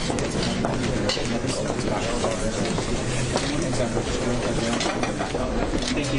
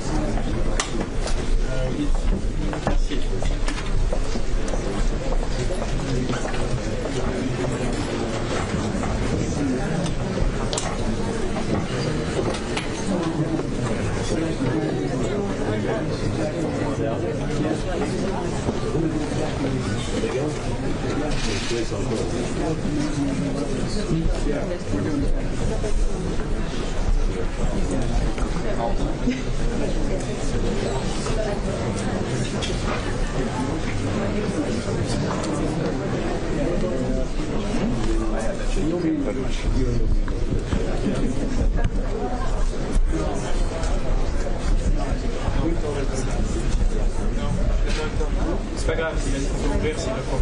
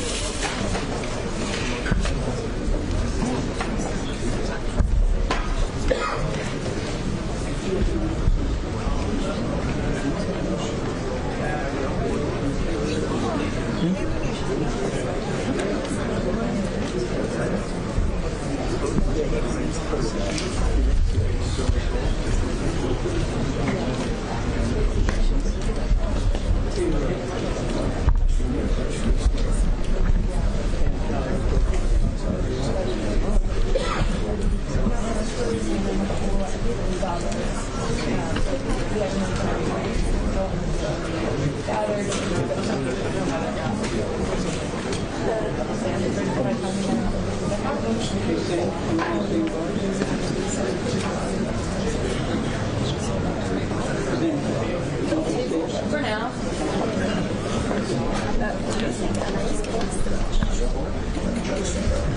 Okay, that's us.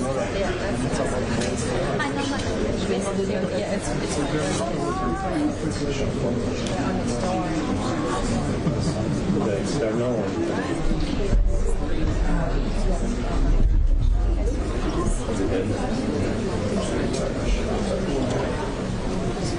I have no private guidance updates. Just checking in. When I have private guidance updates, I'll share them. I'm hearing it's canceled.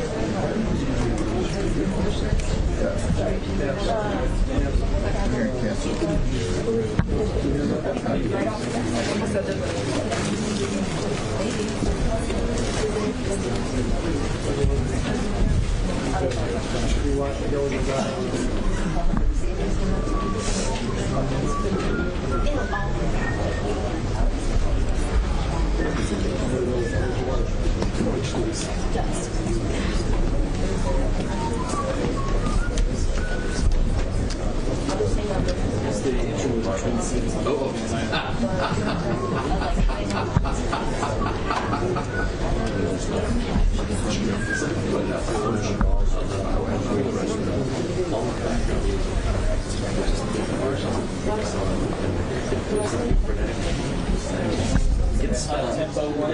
And if he's going back to the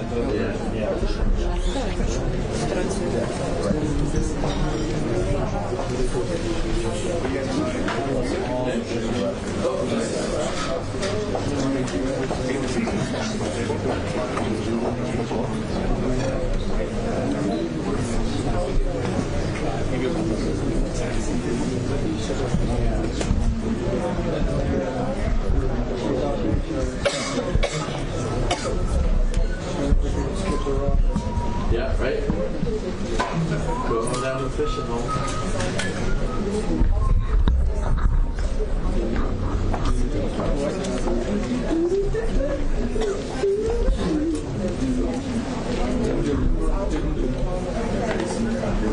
No, of course, yeah.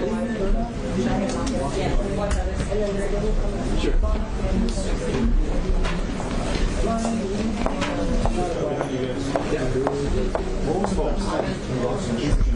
Yes. Spacesuit to get this high school from the officers. He didn't know how to read. Yeah, all these special powers. Yeah. And as the season went on, he learned new things to do. Yeah, well, FBI.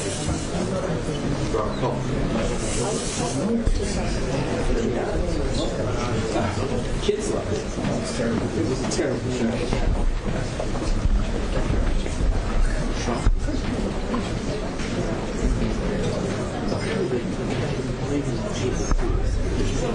Serious show. And once they got into it, they realized only kids were watching, so they handed it out to the table.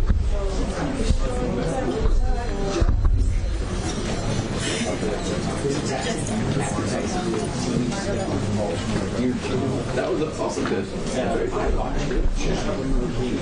Oh yeah, I remember the theme song. Oh yeah, right.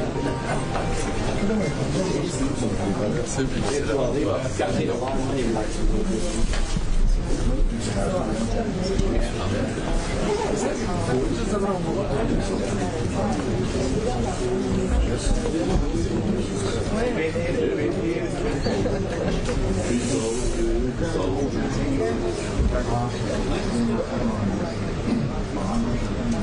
Well, I Boss Hog always said it. I'm sure they've been arrested. Yeah. Good morning.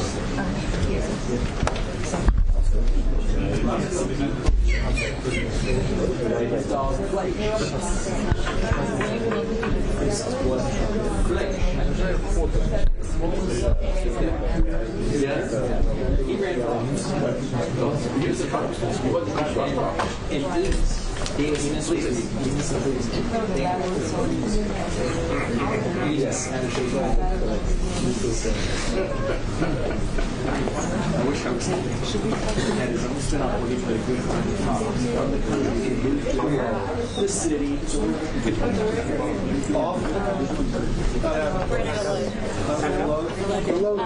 Bathroom? Yes, you have Bathroom. Who needs to go to the You restroom? must. I would set your stuff down and go to the bathroom. No, No press. no press. No press. Bathroom? Sorry, I would definitely go to the bathroom. It's ended. The meeting already ended. I don't know. Please. I don't know that. I just know they're not bringing press. Bathroom. I would definitely go to the bathroom. Yes.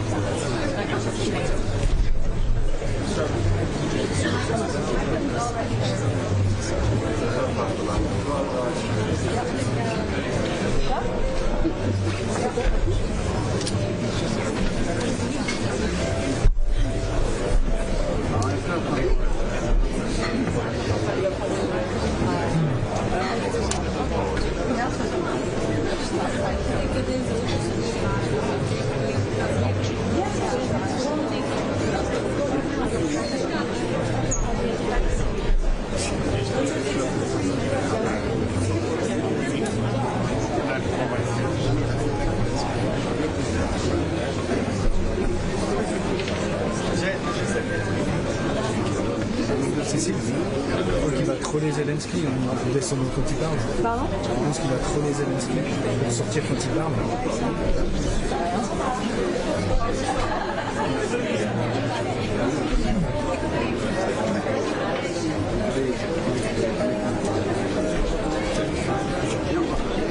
Ah, you saved it for me.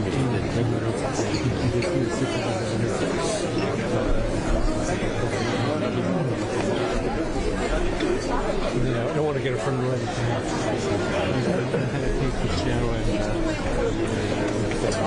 First question.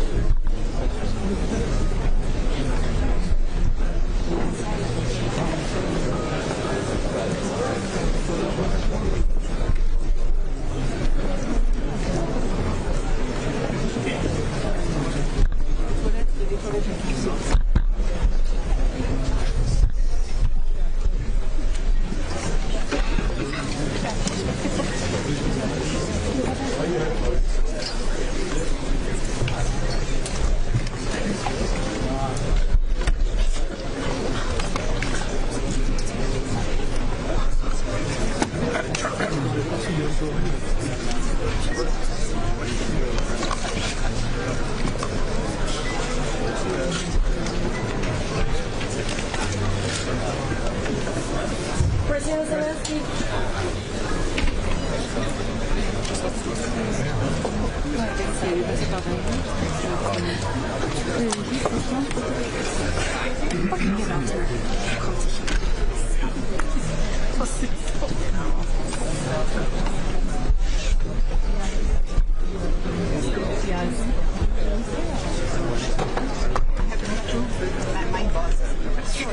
Trying to get to her.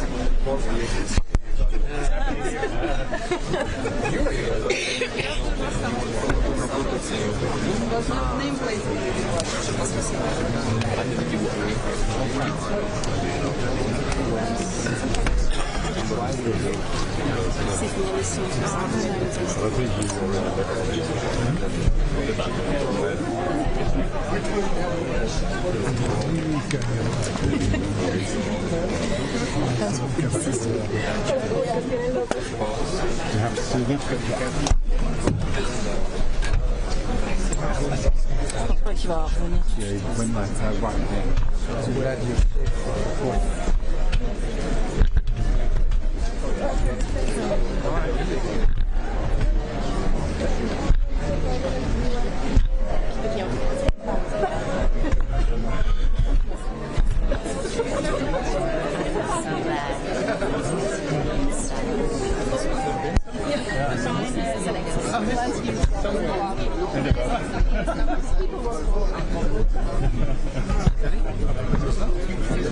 Zelensky just went by. He wasn't going to talk. think it's all like because he's talking in the main hall now. Yeah, no problem.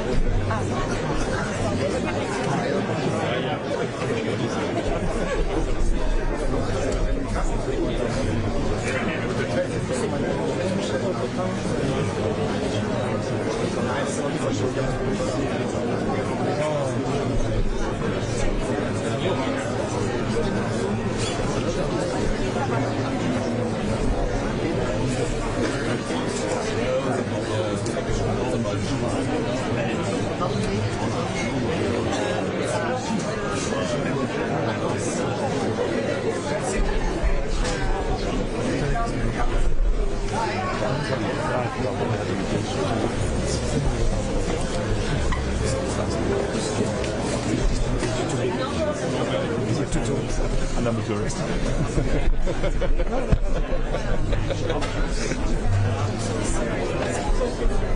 We have two white lives.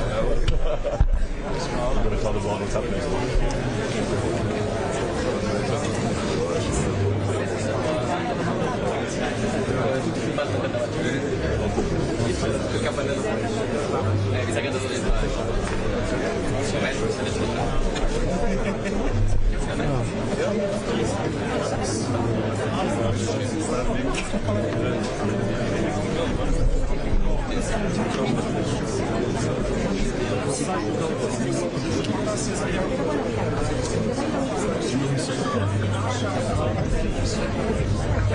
Moi aussi, je suis là.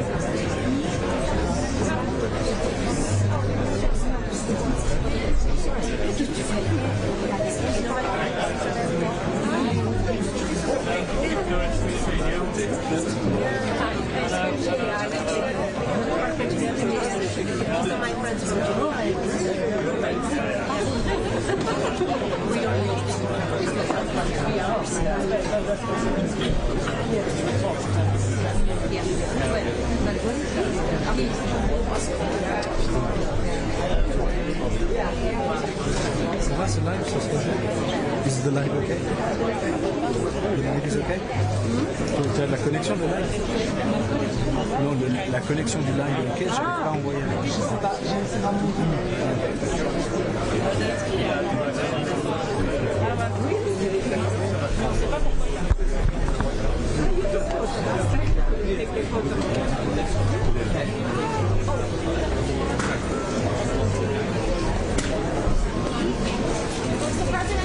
What happened in the meeting, Mr. President? What has been achieved on Ukraine? Are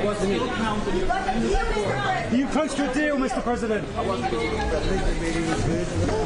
We have ways to go. The meeting with President Putin today, as you know. The meeting was good with President Zelensky. President, what's going to be the message to President Putin? What do you want President Putin? The war has to end. Are you close to a deal, Mr. President? Something with Pakistan. Something with Pakistan. President, something with Pakistan. We hope it's going to end. A lot of people being killed. Last month they had 30,000 people killed. 30,000 mostly soldiers. And it's really a war that has to end. President, something with Pakistan. We didn't discuss that. Mr. President, what do you expect from the meeting tonight? Is it answer accept the job, Mr. President? I think the meeting was good. I think the meeting with President Zelensky was good. It's an ongoing process and a lot of people being killed. What do you mean by total access? What do you mean by total access? The meeting with Russia that will take place tomorrow. We're going to be meeting with President Putin. Had a very good meeting with President Zelensky. Everybody wants to have the war ended. What do you mean by total access on Greenland? Are you ready to visit him in Kyiv? Are you ready to visit him in Ukraine? Did you get what you wanted on Greenland? President. President, one word. How you could say imagination as something of the past? I would say classic. I'm used to it.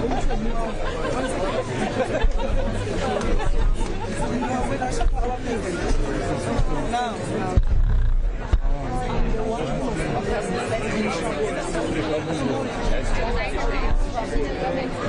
I don't know if I can probably I would for this one I would no the one Ukraine ist starker Kurs, aber du warst voll nach Vollgas. Ich habe das nicht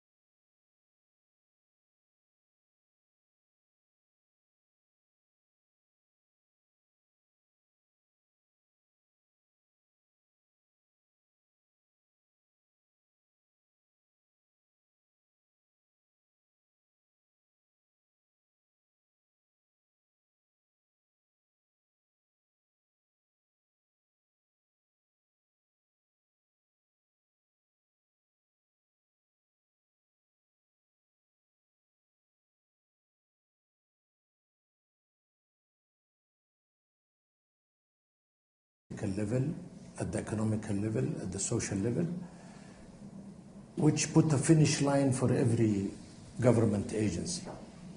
And the art was what to execute, who will execute, and what is your KPI of executing.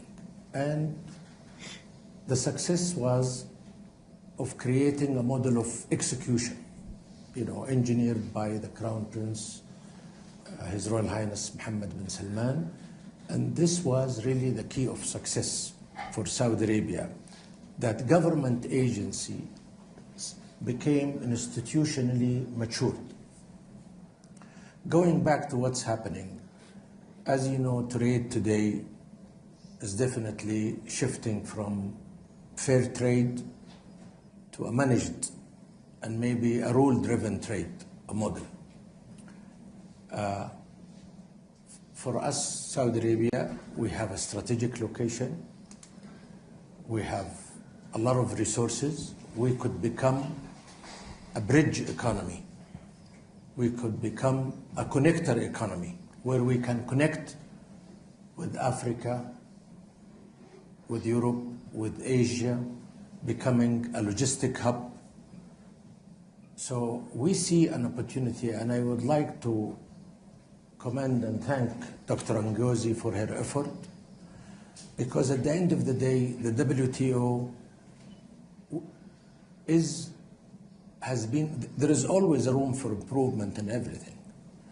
But there is things in the WTO that's, like for example, digital trade was not there when the WTO was established. So we have to be part of the solution and fix the WTO and reform the WTO. And I think with dedication and effort and the will of the members, plus her ambitions and dedication, definitely we will have a reformed WTO. So the future of trade is shifting. The consumer behavior is changing.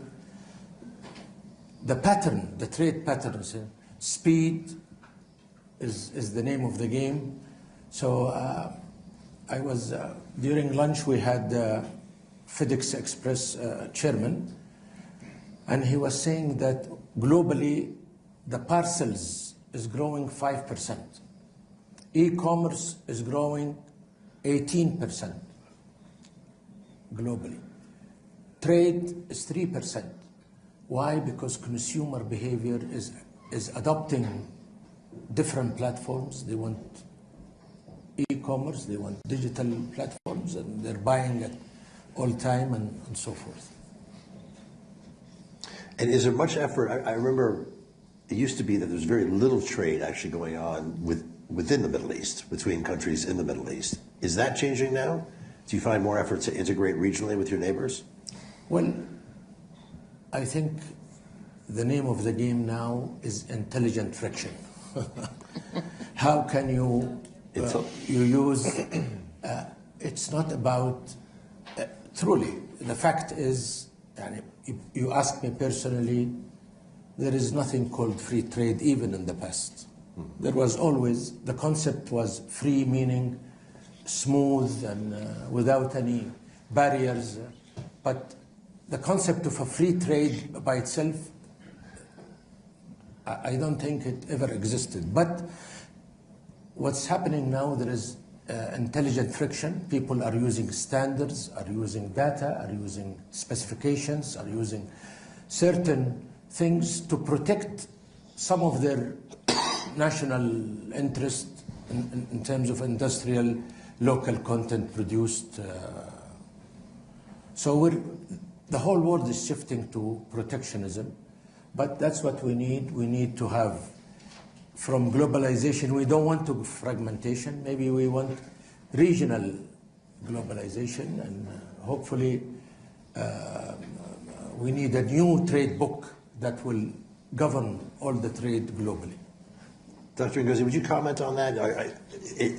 There does seem to be a stronger permission structure now for countries to develop protectionism, industrial policy, subsidies, protection of local champions, all the things that the rules-based system was supposed to address and reduce. Do you see this as being a big challenge now to the global system, the global trading system? I think it's a challenge, but remember one thing, built into some of our rules was also the idea that developing countries, those that are poorer countries at a different stage of development, could have some freedoms to join the rules, take more time, to implement agreements and go with the rules of the system. So it's not that completely everybody was to start off on the same level all the time. So I just want to remind people, and actually developing countries are saying that, some of those rules that allowed a bit of protection and infant industry agreement kind of approach, some of them have been closed off now, and they feel like they don't have what they need to integrate better. So there was always a little bit of that. But the whole idea, Mike, you're right, was really to open, liberalize trade, promote competition, and it largely worked. Yeah. So let's also remember that this system that was built has lifted 1.5 billion people out of poverty, created jobs in developed countries, even in the US. And it's taken away jobs from some people. Let's also be honest about that manufacturing jobs were lost, and not enough was done sometimes to retrain and reskill those people in certain countries. So I'm just saying the rules have done their part. But I do want to say that increasingly in recent times, we've seen rising protectionism. Even prior to the US actions, if we monitor, the trade measures, and you can see more and more, even among the G20, more protectionist measures. So there's been that move, and it's something that, of course, we think is not really good for the system. And it's part of the conversation we need to have. In this environment we have now, where certain countries feel we need to fight for our national interests, how do we proceed? What are the measures that are legitimate to say you can implement because you're fighting for your national interests, and which are not? And if it's national security, who is to determine your national security? What are the guardrails? Okay? Those are some of the key issues we need to also honestly debate. So yes, we're moving in a protectionist direction. That's not really where we want to go. And we need to have an honest conversation about it. Yeah. Mr. Yo, Korea and the U.S. had a long negotiated and fought over free trade agreement. Yes. Tariffs were almost zero on both sides. Now you have 15% tariffs, 50% on some products like steel, and a commitment to invest $350 billion in the United States. How are you adjusting? How is Korea adjusting to this new relationship with the U.S.? And tell us, where is that $350 billion going to go? When are we going to see it in the United States? Yes. It's always a challenge to negotiate with the United States. Ambassador, you also got involved in negotiating Korea-U.S. I always thought it was a challenge negotiating with the Koreans. So. But you don't remember negotiated and renegotiated with the U.S. But this time, obviously, I think the world has changed, and Korea is a top 10 trading nation. Our trade to GDP ratio is almost 80-90%, one of the highest. So we need to be agile and to adapt to this new reality of this global trading environment.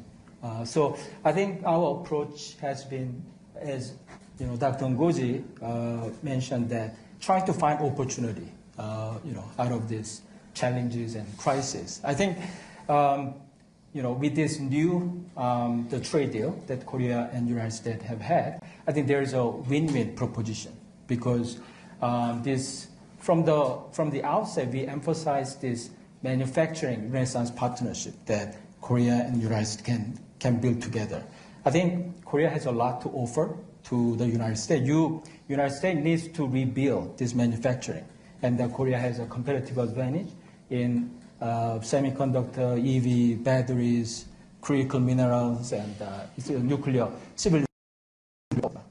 So I think through this kind of a deal, the government kind of provide sort of platform for our private companies to really, reap the benefits of these opportunities. For the last 2 years, Korea was number one, the greenfield investor in the United States. And you mentioned this $250 billion.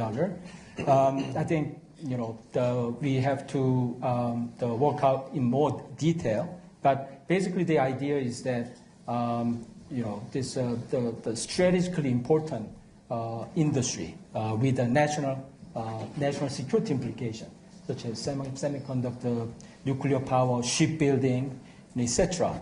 Those are where Korea has the strong competitive advantage. So we have to work together to really implement this deal. Shipbuilding is a really interesting example because it's an area where the U.S.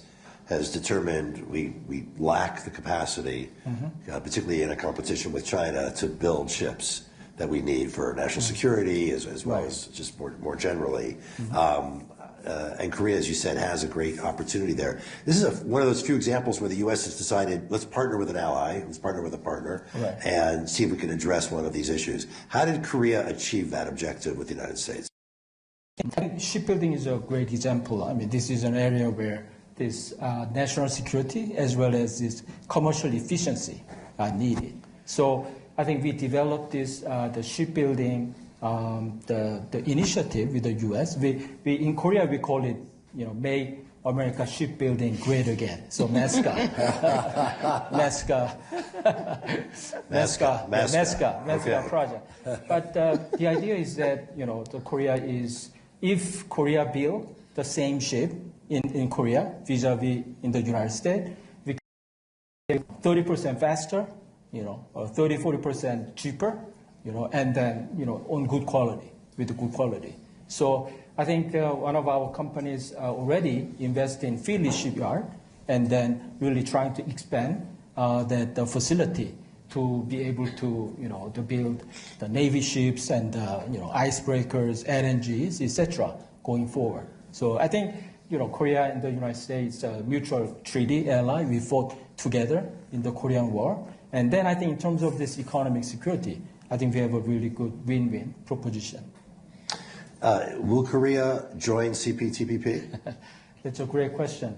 I think, CPTPP could provide a good, opportunity of diversification. I think our mantra at this point is a diversification. Diversification of our trading partners, diversification of our major export product, and also diversification of our export channel, not just offline, but also online, really capitalizing on this digital and AI platform. So in that sense, we are preparing to, to make a decision on the CPTPP. We are only like 7 months old, the new administration, so we are preparing. Peter, the UK did join CPTPP as a great Pacific power. You have the Pitcairn Island, right? 50 British families, I believe, there. Tell us about whether one was in favor or against Brexit. One of the arguments was separating yourself from the EU would give the UK an opportunity to develop its own trade policy, to reach out more quickly, with greater agility, to develop trade relations with the rest of the world. Tell us about what your strategy is in that regard and what's been done so far. Thank you. In fact, I think the foundations for it have been laid entirely on this panel. I mean, you can see that we are recommitted, obviously, post-Brexit to WTO. We've taken our place at the table, and for me to be here at my first mini-ministerial meeting was a real privilege and a moment for me and for Britain as we re-enter the WTO as a singular country. But we also have a trade deal with Korea now. That's nailed down, and now we want to move in and implement it and make the most of it and make sure both countries benefit from it. We are in great negotiations and discussions with GTC, and those discussions are continuing here at Davos. So you see on this panel how Britain is, yes, using the foundation of the WTO, but people have to realise, I mean, of course everyone in this room does already, that trade deals and FTAs don't supplant WTO, they reinforce WTO. And of course, the integrated nature of trade actually, it feeds into the FTAs that we're signing, and of course the regional groupings that we're starting to join. And you can see that Britain post-Brexit hasn't turned its back on the EU. In fact, the first thing this government did was do a reset with the EU and sign a deal with the EU. So we have a trade deal with India, we have the Korean deal, we have the reset with the European Union and the FTA we signed with them, and of course the economic prosperity deal with the United States. With GTC, we are both of us are really committed and ambitious. We have a such sense of urgency because we know that these deals are beneficial, and we're working at speed with there. Now, there is just complementarity with different economies, and sometimes it's counterintuitive or not immediately intuitive. Just a couple of weeks ago, I signed an upgraded MOU with Turkey, for example. Britain is a services sector powerhouse. Turkey is an infrastructure powerhouse. The two are so complementary. Some of the great infrastructure which is built with Turkish construction companies actually is backed up by British services and architecture and so forth, and planning. So there's a lot of complementarity out there, and we're just exploring all of it. Do you feel at times pulled in two different directions between the EU and the US? I was thinking about our little Greenland problem of the last few days, and talk about the trade bazooka, talk about tariffs, and the EU gearing up potentially to take action. Now, luckily, it's all been resolved, and so we won't have to deal with that today.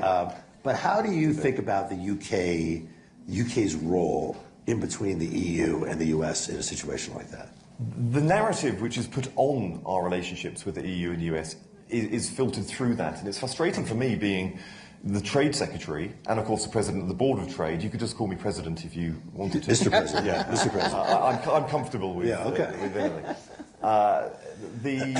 That's the narrative which people want to force us into. Now, as the person that is in the room with the politicians as we negotiate both, I just don't feel it. I don't feel it. And it hasn't held us back in the negotiations that we've had with either. Now, when you start these negotiations, whoever it is with, if it's a Venn diagram, the bit in the middle, with all of the territories that we are exploring relationships with, FTAs with, is huge. Otherwise, you wouldn't be doing this sort of thing. But the bit in the middle is different for each territory. And that's the same for the EU as it is for the US. Now, we focus on those things where there is the most to gain. And also, speed is really important. In this era where, if you look at the highest growing sectors globally, space, climate tech, health tech, AI, automation, these are the robotics, these are the fastest growing sectors in the world. Life sciences, of course. These are the fastest growing sectors in the world right now. So, of course, what you don't want to do is just sit on your heels and say, okay, we can spend 20 years doing an FTA. Now, it took 20 years for Turkey to join the customs union for the EU, for example. Some of the deals that have been signed, with nations around this table have taken more than a decade. The EU has been negotiating with India for 16 years, yes. And you got one done last year. So exactly. So focus on those things where there is, and we have to accept that if we're going to benefit from these incredible opportunities that the global economy is presenting to us, then crack on and get on with it. Now, it will always be those bits around the margins, if it's a Venn diagram, that will be the sticking points. But I think what we found is, if you take the economic prosperity deal, for example, people are always saying, but has it been done and has it all been delivered?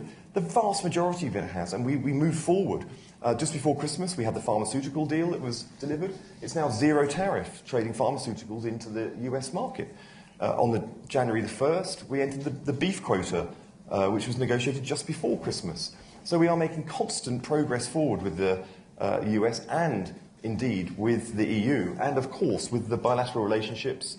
And when it comes to the Trans-Pacific Partnership, we are the epitome, the casebook study of an open, free trading nation. Now, the more that we can cement relationships in trade, and the more stability that we can use as the United Kingdom, as the 5th or 6th largest economy, to show that we are committed to the rules-based trading order, that we are committed to bilateral relationships and plurilateral relationships, which is part of the conversation we had this morning, the more that we can anchor the globe's trading relationships, and the more that Britain can contribute towards the anchoring of global trading relationships. And of course that provides a firm foundation, a stability, even when there are other periods of instability, which rocks. The firmer these relationships are, and Britain is determined to commit to it. So yes, it is for Britain's benefit, but it is also for global benefit as well, and I'm very aware of that as we're having these negotiations. I mean, the UK was the first country to negotiate an agreement with the Trump administration.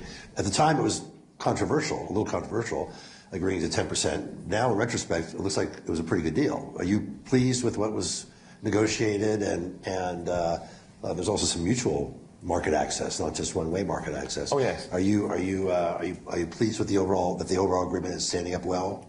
I am pleased. I'm proud of our Prime Minister.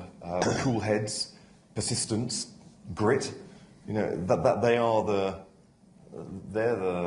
attributes that he applied to it. And with being with Keir at that moment, where Liberation Day happened, he was entirely calm, asking a lot of detail about, what does this mean? What mechanisms are being used? What mechanisms? How do we respond? A lot of pressure from the media to act stridently, which he resisted. I've heard again and again and again, will you act strongly in this circumstance? Not just with the US, but in other circumstances as well. I think we do have to have a conversation about what strength is. Strength actually, acting calmly in adversity, that is strength. Sure. That is strength. And that is a core strength that I think the Prime Minister has shown again and again and again as we see waves of challenge. And I'm not, incidentally, just talking about the US here and tariffs, even though we think that tariffs, are a lose-lose. They are a fact of life.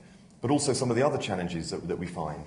But we have to use this opportunity to, yes, benefit our country as much as possible, to get new additions. If we're in a situation where there is going to be inevitable tariffs, then we do what we possibly can to mitigate that, and also be really open and creative. Look at the world through the people we're negotiating with their eyes, see what their objective is, and show how we can be part of solving the challenges that they have, as well as creating opportunities for us. And I've got to say that we're all humans on this panel. We're all humans when we're in the room doing these very difficult negotiations. These times when negotiations come to the crunch point, I am very, very aware, because I spend a lot of time with industry, with services sector, with these key sectors, and particularly with tech and growth areas. I'm very aware of the individual people whose livelihoods depend on the decisions and the outcomes that I am able to deliver as Trade Secretary. Very, very aware that we either mitigate harm or we create new opportunities, and when we can come out of a negotiation having had new opportunities, such as President Trump's visit, which those negotiations and the tech partnership deal that it heralded was $300 billion worth of commercial activity unleashed between our two nations. You are literally punching the air, because I can see the faces of people who will be able to exploit it to create jobs and wealth and prosperity for our country, and also that be shared. So these are human relationships and human emotions behind what is too often presented as dry, technical, thousands of words on a piece of paper. This is actually really meaningful stuff for all of the people that we represent. Peter mentioned pharmaceuticals. He also mentioned impact on people. There's this whole effort using the word MFN in a slightly different way than we usually use it in the trade context to get Europe, in particular, to pay more for pharmaceuticals versus relying on the U.S. to pay for the R&D that goes into a lot of these products that are then sold at lower costs in Europe. How do you see that playing out? And is there a risk that actually people in the EU may not get access to medicines that they would otherwise get access to? Yeah, so first, I think the underlying problem the administration was trying to solve is a legitimate one, insofar as when you look at the returns that drive R&D investment in our industry, it predominantly was driven by the United States, and that's where the underpinning of the whole model of innovating in our sector had come from. And over time, these prices, I think, got very, very far apart. Now, the mechanism to correct it, because I think the details matter here, as always, is it's a benchmark of 8 countries. It's the G7 minus the US plus Denmark and Switzerland.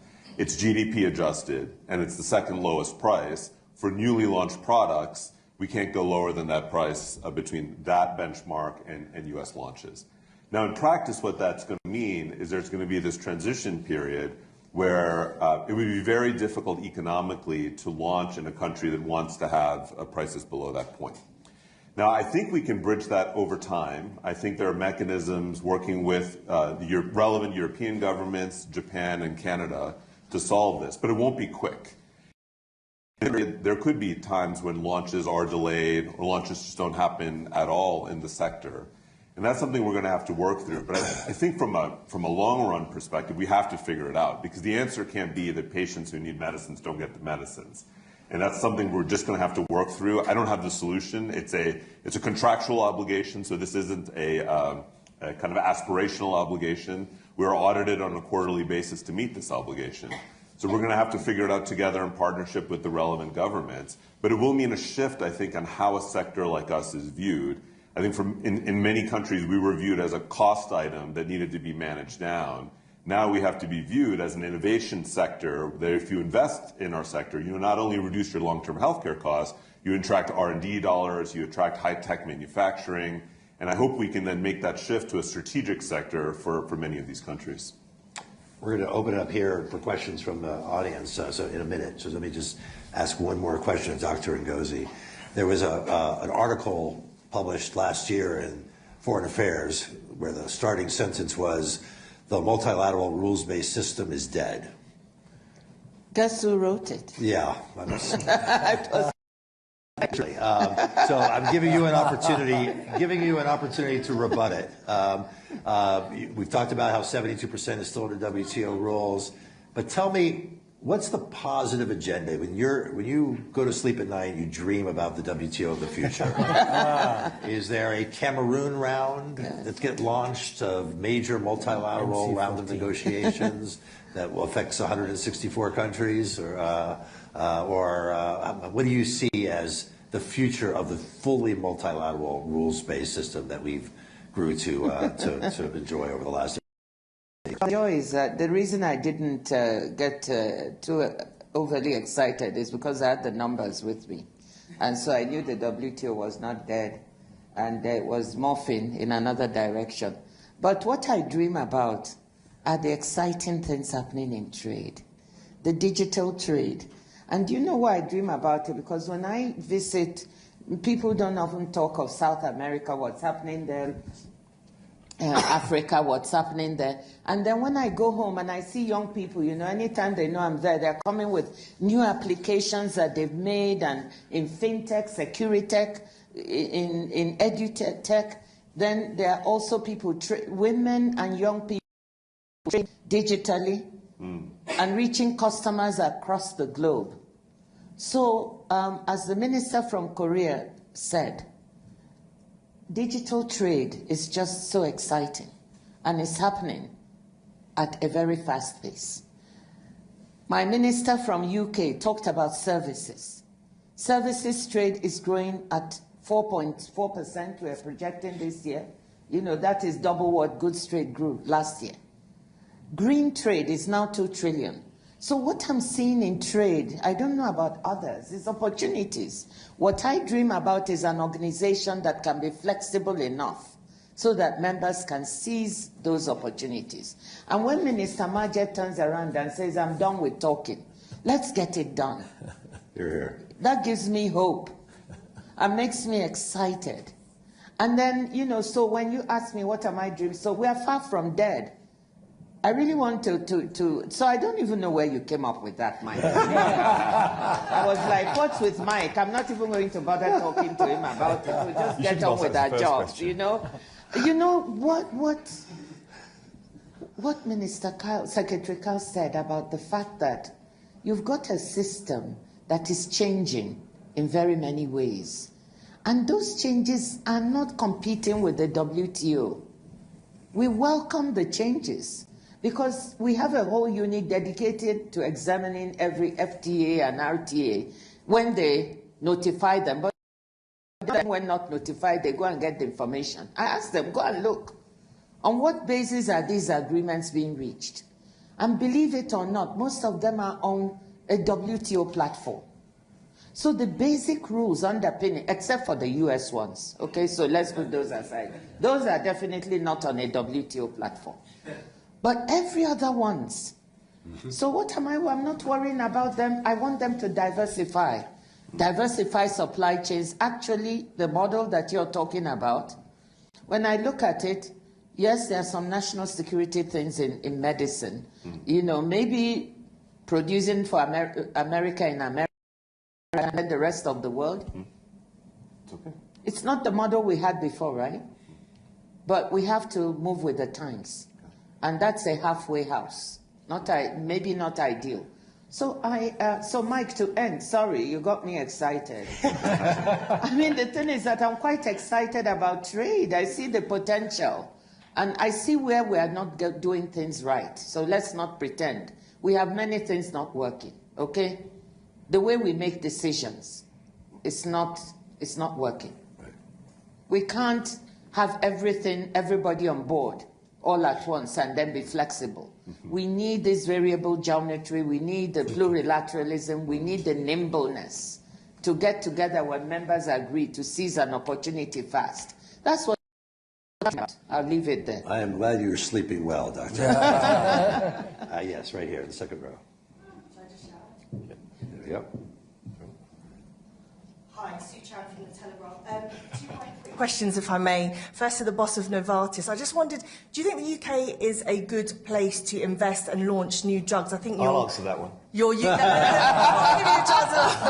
I mean, your UK boss, I think, was on record saying the UK was uninvestable because of our lack of competitiveness.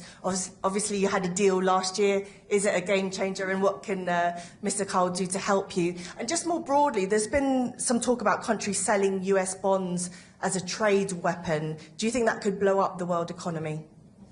Well, that's so I think I got the easy one. So look, I think the UK has made important steps, but there's a long way to go.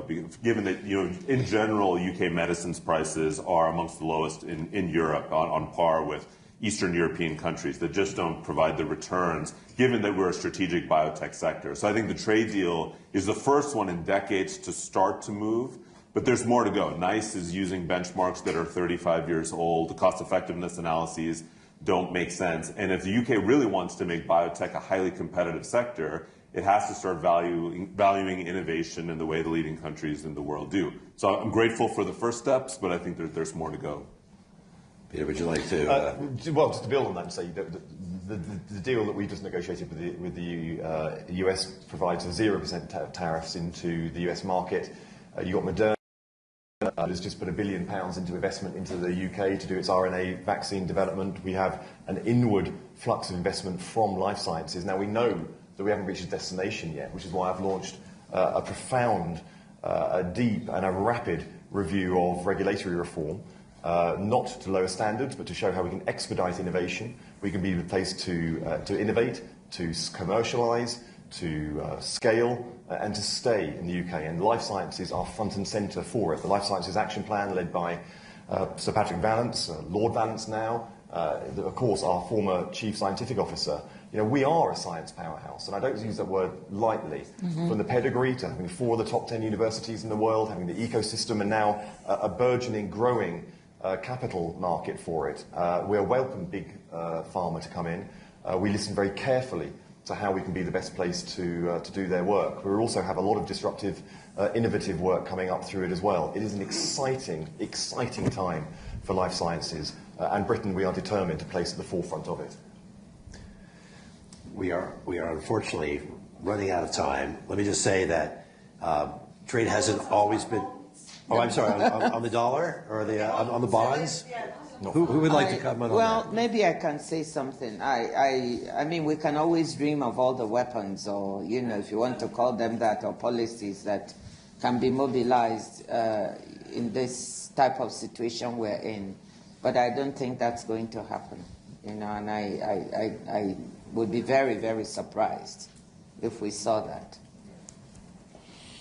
I would only add that the U.S., with all of its challenges, is the prettiest house on an ugly street. And there isn't a lot of alternatives in terms of where to put capital when people want sort of a safe house given the depth of the capital markets. Thank you all for being here. Thank you to our panelists. Thank you. And enjoy the rest of Davos. Thank you very much. Will you...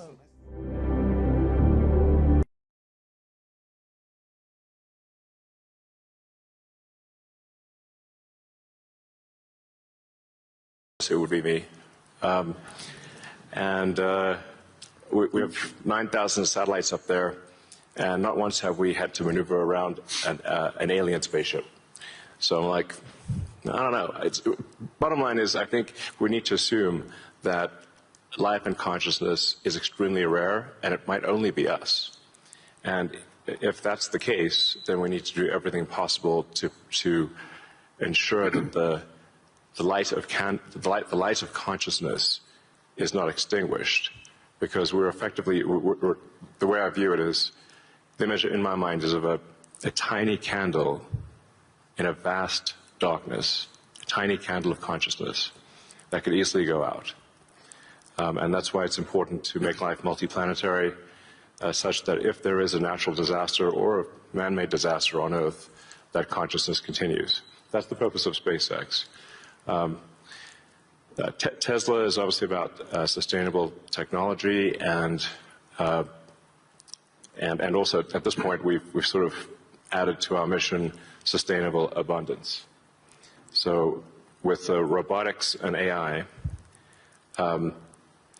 this is really the path to abundance for all. If you say, you know, people often talk about solving global poverty, or essentially how do we give everyone a very high standard of living. I think the only way to do this is AI and robotics, which doesn't mean that it is without its issues. I mean, we need to be very careful with AI. We need to be very careful with robotics. We don't want to find ourselves in a James Cameron movie, you know, Terminator. He's got great movies, I love his movies, but we don't want to be in Terminator, obviously. If you have ubiquitous AI that is essentially free or close to it, and ubiquitous robotics, then you will have an explosion in the global economy, an expansion in the global economy that is truly beyond all precedent. Elon, can that expansion be broad? Yes. Or is it narrow? And how can that be created? How can it broaden the global economy? Yeah, I mean, a way to think of it is that if you have a large number of humanoid robots, the economic output is the average productivity per robot times the number of robots. Right. And actually, my prediction is in the benign scenario of the future that the robots will actually make so many robots in AI that they will actually saturate all human needs. Meaning you won't be able to even think of something to ask the robot for at a certain point. There will be such an abundance of goods and services, because my prediction is that there'll be more robots than people. So, but how do you then have human purpose in that scenario? Yeah, I mean, you know, nothing's perfect, you know. I mean, it is a necessary. Like, you can't have both. You can't have work that has to be done and amazing abundance for all. Because if it's work that has to be done, then you and only some people can do it, then you can't have abundance. Then for it's all. narrow. It's narrow, Yeah. exactly.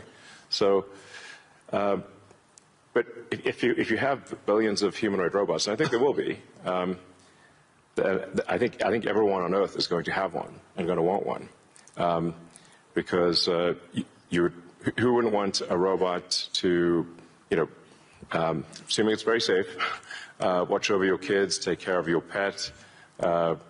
If you have elderly parents, a lot of friends of mine said they have elderly parents. It's very difficult to take care of them. Expensive. Yeah, it's expensive, and there just aren't enough people to take care of there aren't enough young people to take care of the old people. Right.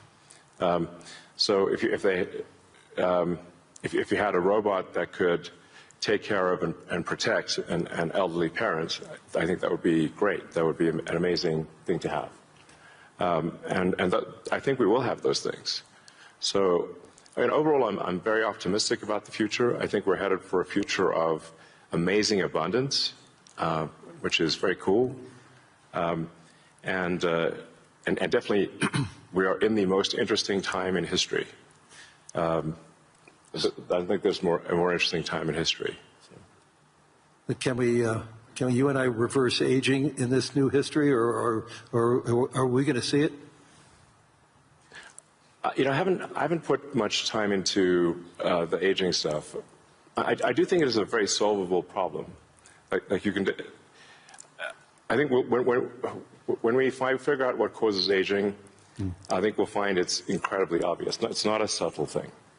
The reason I say it's not a subtle thing is because all the cells in your body, with some pretty much age at the same rate.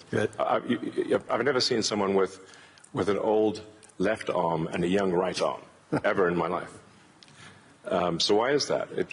That means that there must be a clock, a synchronizing clock, that is synchronizing across 35 trillion cells in your body.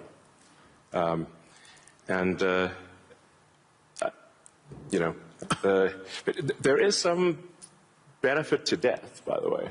It's like there's a reason why we don't actually have a longer lifespan, because if people do live forever for a very long time, I think there's some risk of an ossification of society, of things just getting kind of locked in place, it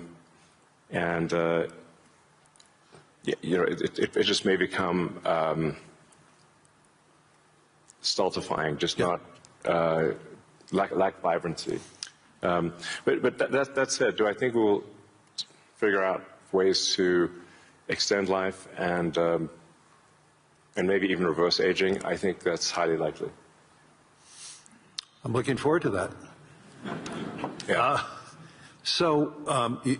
In the future that you talk about, the AI models, autonomous machines, rockets, depends on massive increases in compute, massive increases in energy, expensive energy, manufacturing scale. What are the bottlenecks to get there? And then, once again, with all that expenditures, again, how can we make sure that it's broad and not narrow?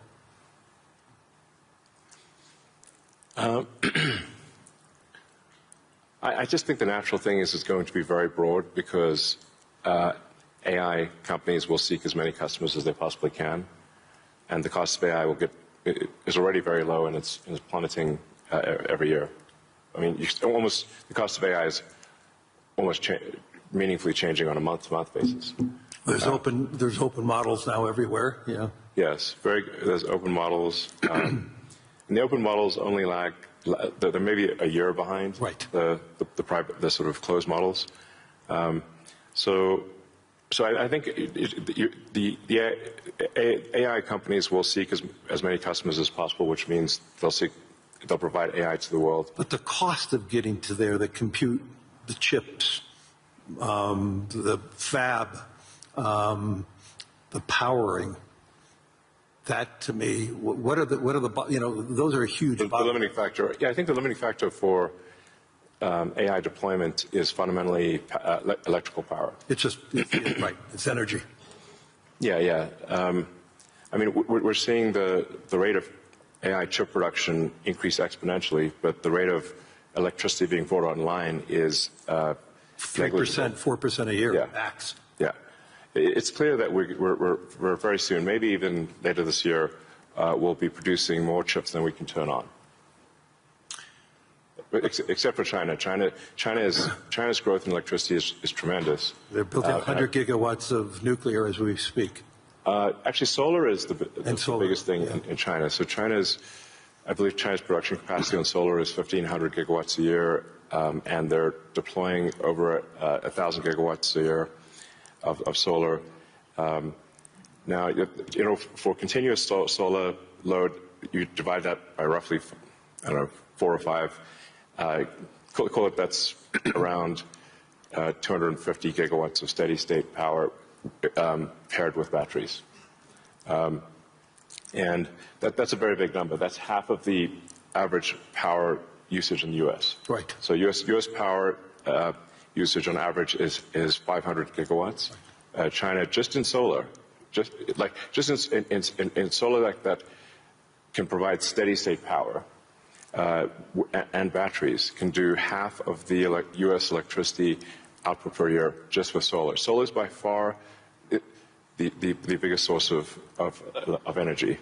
And actually, when you look beyond, or even on Earth, but certainly beyond Earth, the sun rounds up to 100% of all energy. This is an important thing to consider. So the sun is 99.8% of the mass of the solar system. Jupiter is about 0.1%, and everything else is miscellaneous. Now, even if you were to burn Jupiter in a thermonuclear reactor, the amount of energy produced by the sun would still round up to 100%, because Jupiter is only 0.1%. If you teleported 3 more Jupiters into our solar system, and burnt 3 more Jupiters and everything else in the solar system, the sun's energy would still round up to 100%. So it's really all about the sun. And that's why one of the things we'll be doing with SpaceX within a few years is launching solar-powered AI satellites. Right. Because the space is really the source of immense power, and then you don't need to take up any room on Earth. There's so much room in space, and you can scale to enormous. You can scale to, I think, ultimately hundreds of terawatts a year. You and I have had these conversations before, but why don't you tell the audience what would it take for the United States, and what type of geography would it take to have that solar field to electrify the United States? And then let me ask a question: why aren't we doing it? Yeah. So, I guess a rough way to think about it is 100 miles by 100 miles, or call it 160 kilometers by 160 kilometers of solar is enough to power the entire United States. So, the 100 mile by 100 mile area is you could take basically a small corner of Utah, Nevada, New Mexico. Obviously, you wouldn't want it all in one place, but it is a very small percentage of the area of the U.S. to generate all of the electricity that the U.S. uses. And the same is true, actually, for Europe. You could take relatively unpopulated areas of, say, Spain and Sicily, and generate all of the electricity power that Europe needs. So why don't you think that there's a movement towards that here and in the United States? Well, there is. As it is in China. Well, unfortunately, in the U.S., the tariff barriers for solar are extremely high, and that makes the economics of deploying solar so artificially high, because China makes almost all the solar,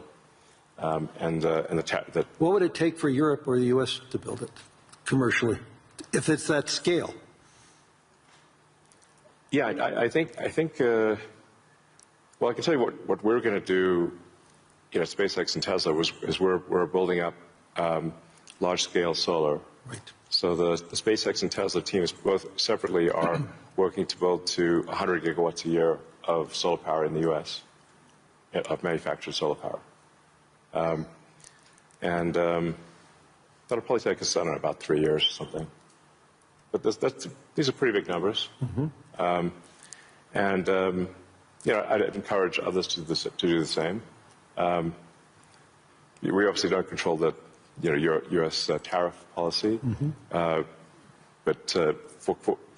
for other countries, I would recommend that China makes solar cells that are incredibly low cost, and I think it would be worth doing large-scale solar. So I know you're going to be having a couple of big announcements on robotics and what it can do. I mean, when I went to the factory, you showed me those robots. Yeah. How quickly, you talked about the billions of robots, but how quickly can they be deployed in a manufacturing setting? How quickly can they be utilized and be functional and create that abundance that you talked about? Well, humanoid robotics will advance very quickly. I think we do have some of the Tesla Optimus robots doing simple tasks in the factory. We expect probably later this year. By the end of this year, I think they'll be doing more complex tasks, but still deployed in an industrial environment. And probably sometime next year, I'd say that by the end of next year, I think would be selling humanoid robots to the public. That's when we are confident that it's very high reliability, very high safety, and the range of functionality is also very high. You can basically ask it to do anything you'd like. You're already seeing that in Tesla cars. The software changes that you're doing, and what is it? Every quarter now, a software change that upgrades the ability of the robot within the car. Yes, the Tesla Full Self-Driving software, we update it sometimes once a week. Recently some of the insurance companies have said that it is actually so safe, when Tesla Full Self-Driving is so safe that they're offering customers half-price insurance if they use Tesla Full Self-Driving in their car. And that can be monitored by the insurance company? Is that part of the agreement? Yeah.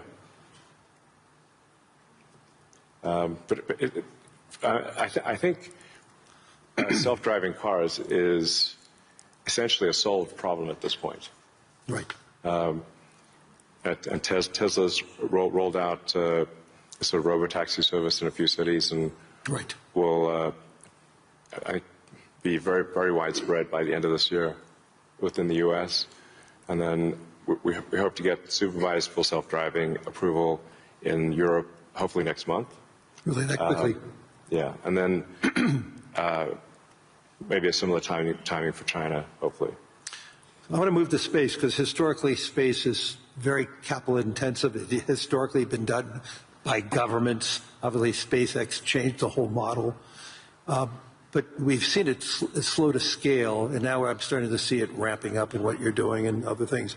Talk to us about the automation and AI, how it's changing the economics in building and preparing for us in operating in space. Sure. Well, the key breakthrough the major breakthrough that SpaceX is hoping to achieve this year is full reusability.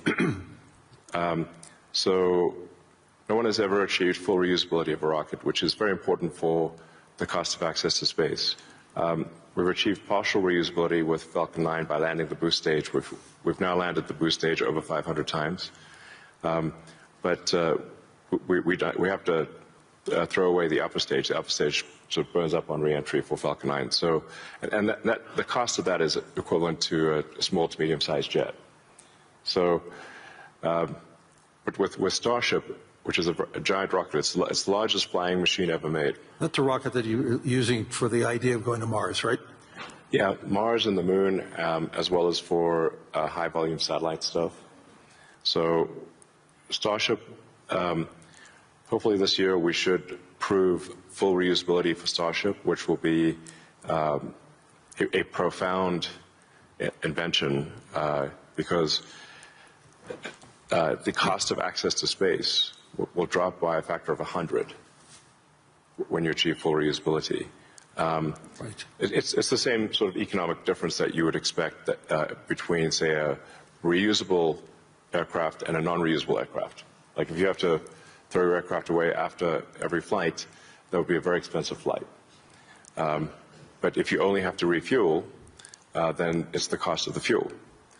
And so that's really the fundamental breakthrough that gets the cost of access to space, we think, below the cost of freight on aircraft. So, you know, under $100 a pound type of thing easily. So it makes putting large satellites into space very low, very cheap.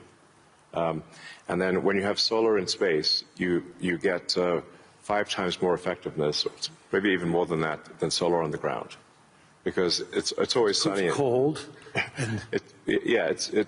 It's always sunny, so you don't have a day-night cycle or seasonality or weather, and you get about 30% more power in space because you don't have atmospheric attenuation of the power. Right.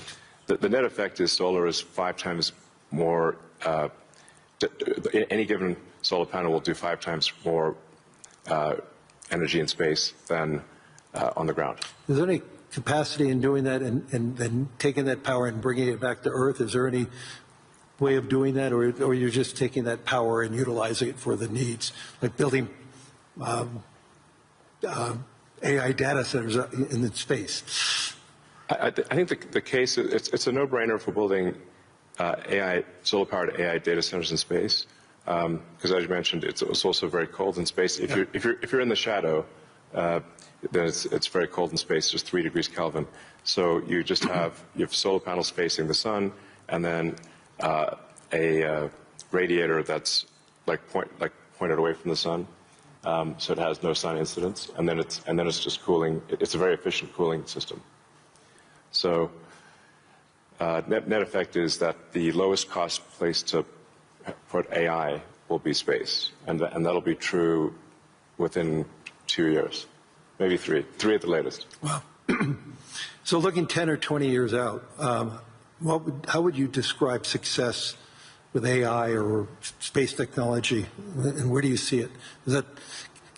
Are you more certain what's going to happen in the next 3 years, or 5 or 10? I don't know what's going to happen in 10 years, but the rate at which AI is progressing, I think we might have AI that is smarter than any human by the end of this year, and I would say no later than next year. Wow. And then probably by 2030 or 2031, call it 5 years from now, AI will be smarter than all of humanity collectively. We only have a number of minutes left, but I want to humanize you for a second. So there's no speculation that you're about peace. Right. I want to. I would frame this question by: you are the most successful entrepreneur, industrialist in the 21st century, maybe beyond. I want to really get this. What inspired you? Who's inspired you? What was the foundation of your curiosity? And importantly, was there an aha moment, an epiphany at any time in your life and career? Well, as a kid, I read a lot of science fiction, sci-fi, fantasy books. Yeah, we talked about and comic books, and I always liked technology. I didn't expect to be where I am today. This seems incredibly implausible.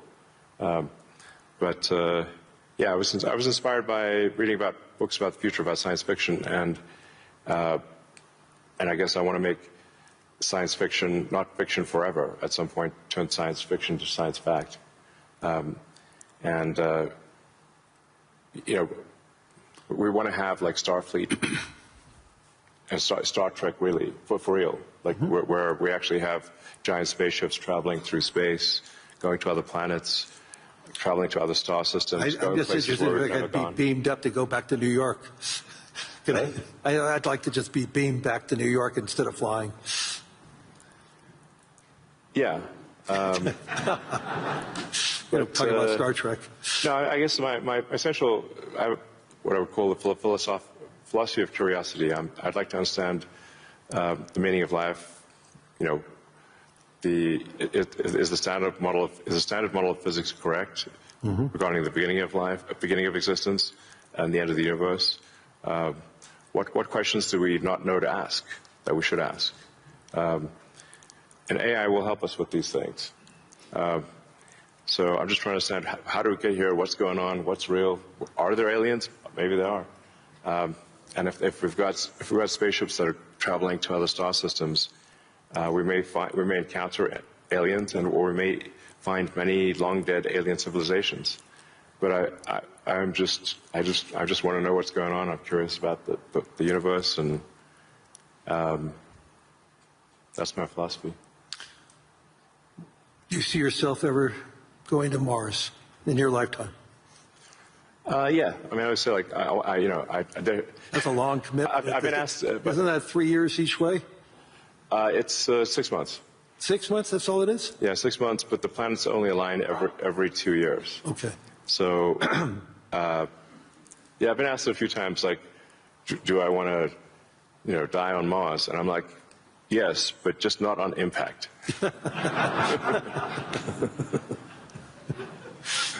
That's a good answer. Anyway, we're out of time. Hopefully everybody enjoyed this. I mean, there's so many myths around Elon Musk. I could tell you he's a great friend, and I constantly learn so much from him.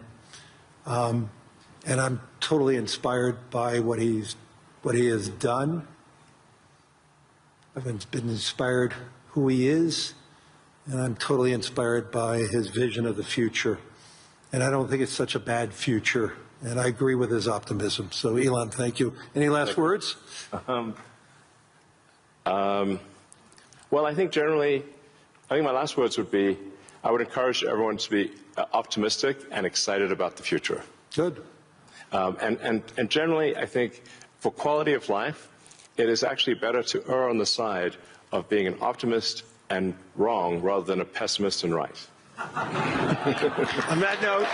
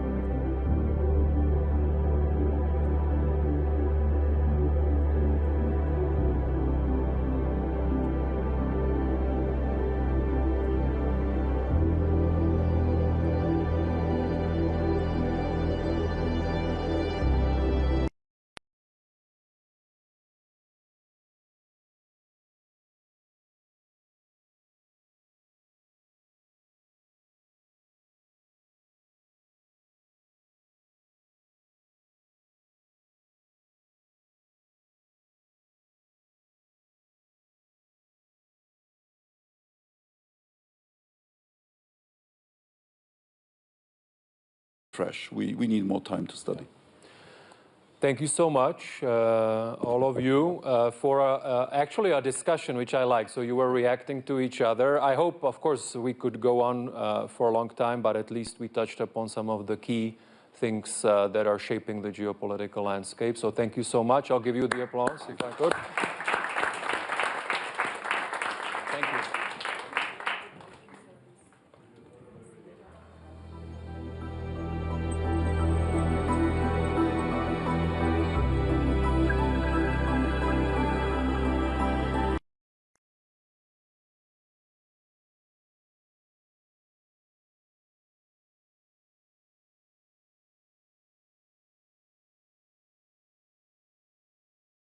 On peut changer le code.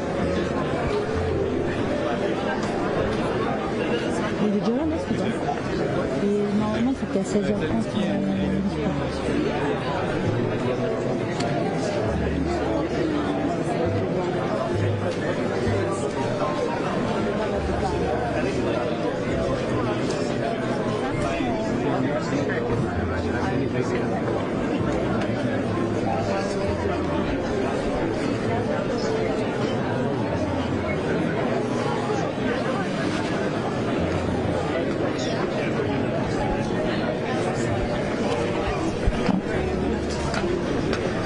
Deux secondes.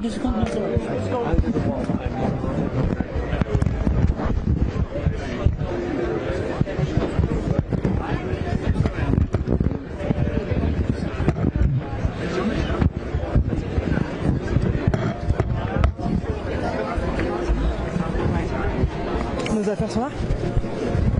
Je vais rapprocher parce que c'était au milieu de...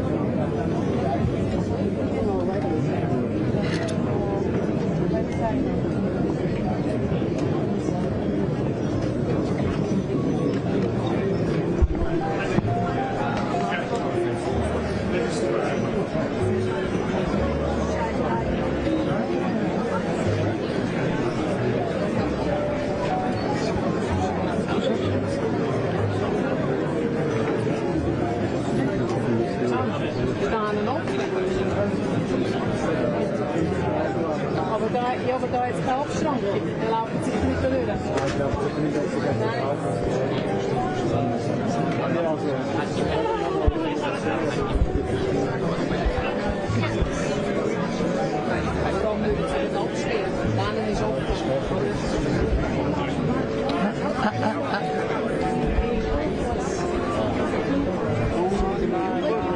Avance. Mais en fait, quand j'ai pas avancé. Ah, petit.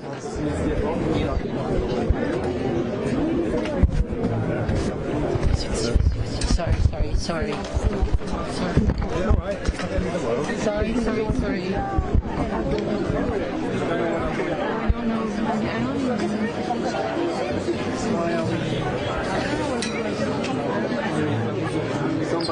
Some guys du mec, pas mes mecs. Ah bah ça doit être l'idée. Non, le mec il a fait une tour. Bien sûr, c'est du bordel. Il a rentré là-dedans. Sur la sécurité, vous le mettez sur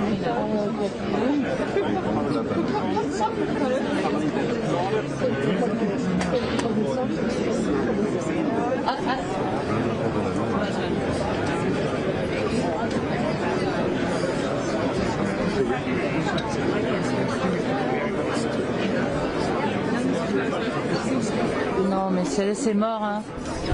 Ok.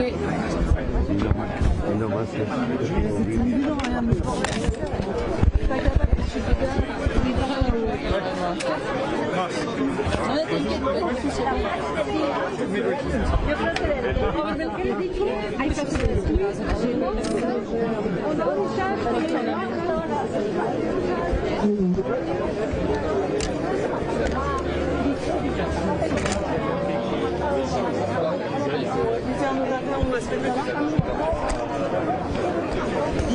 De toute façon, non?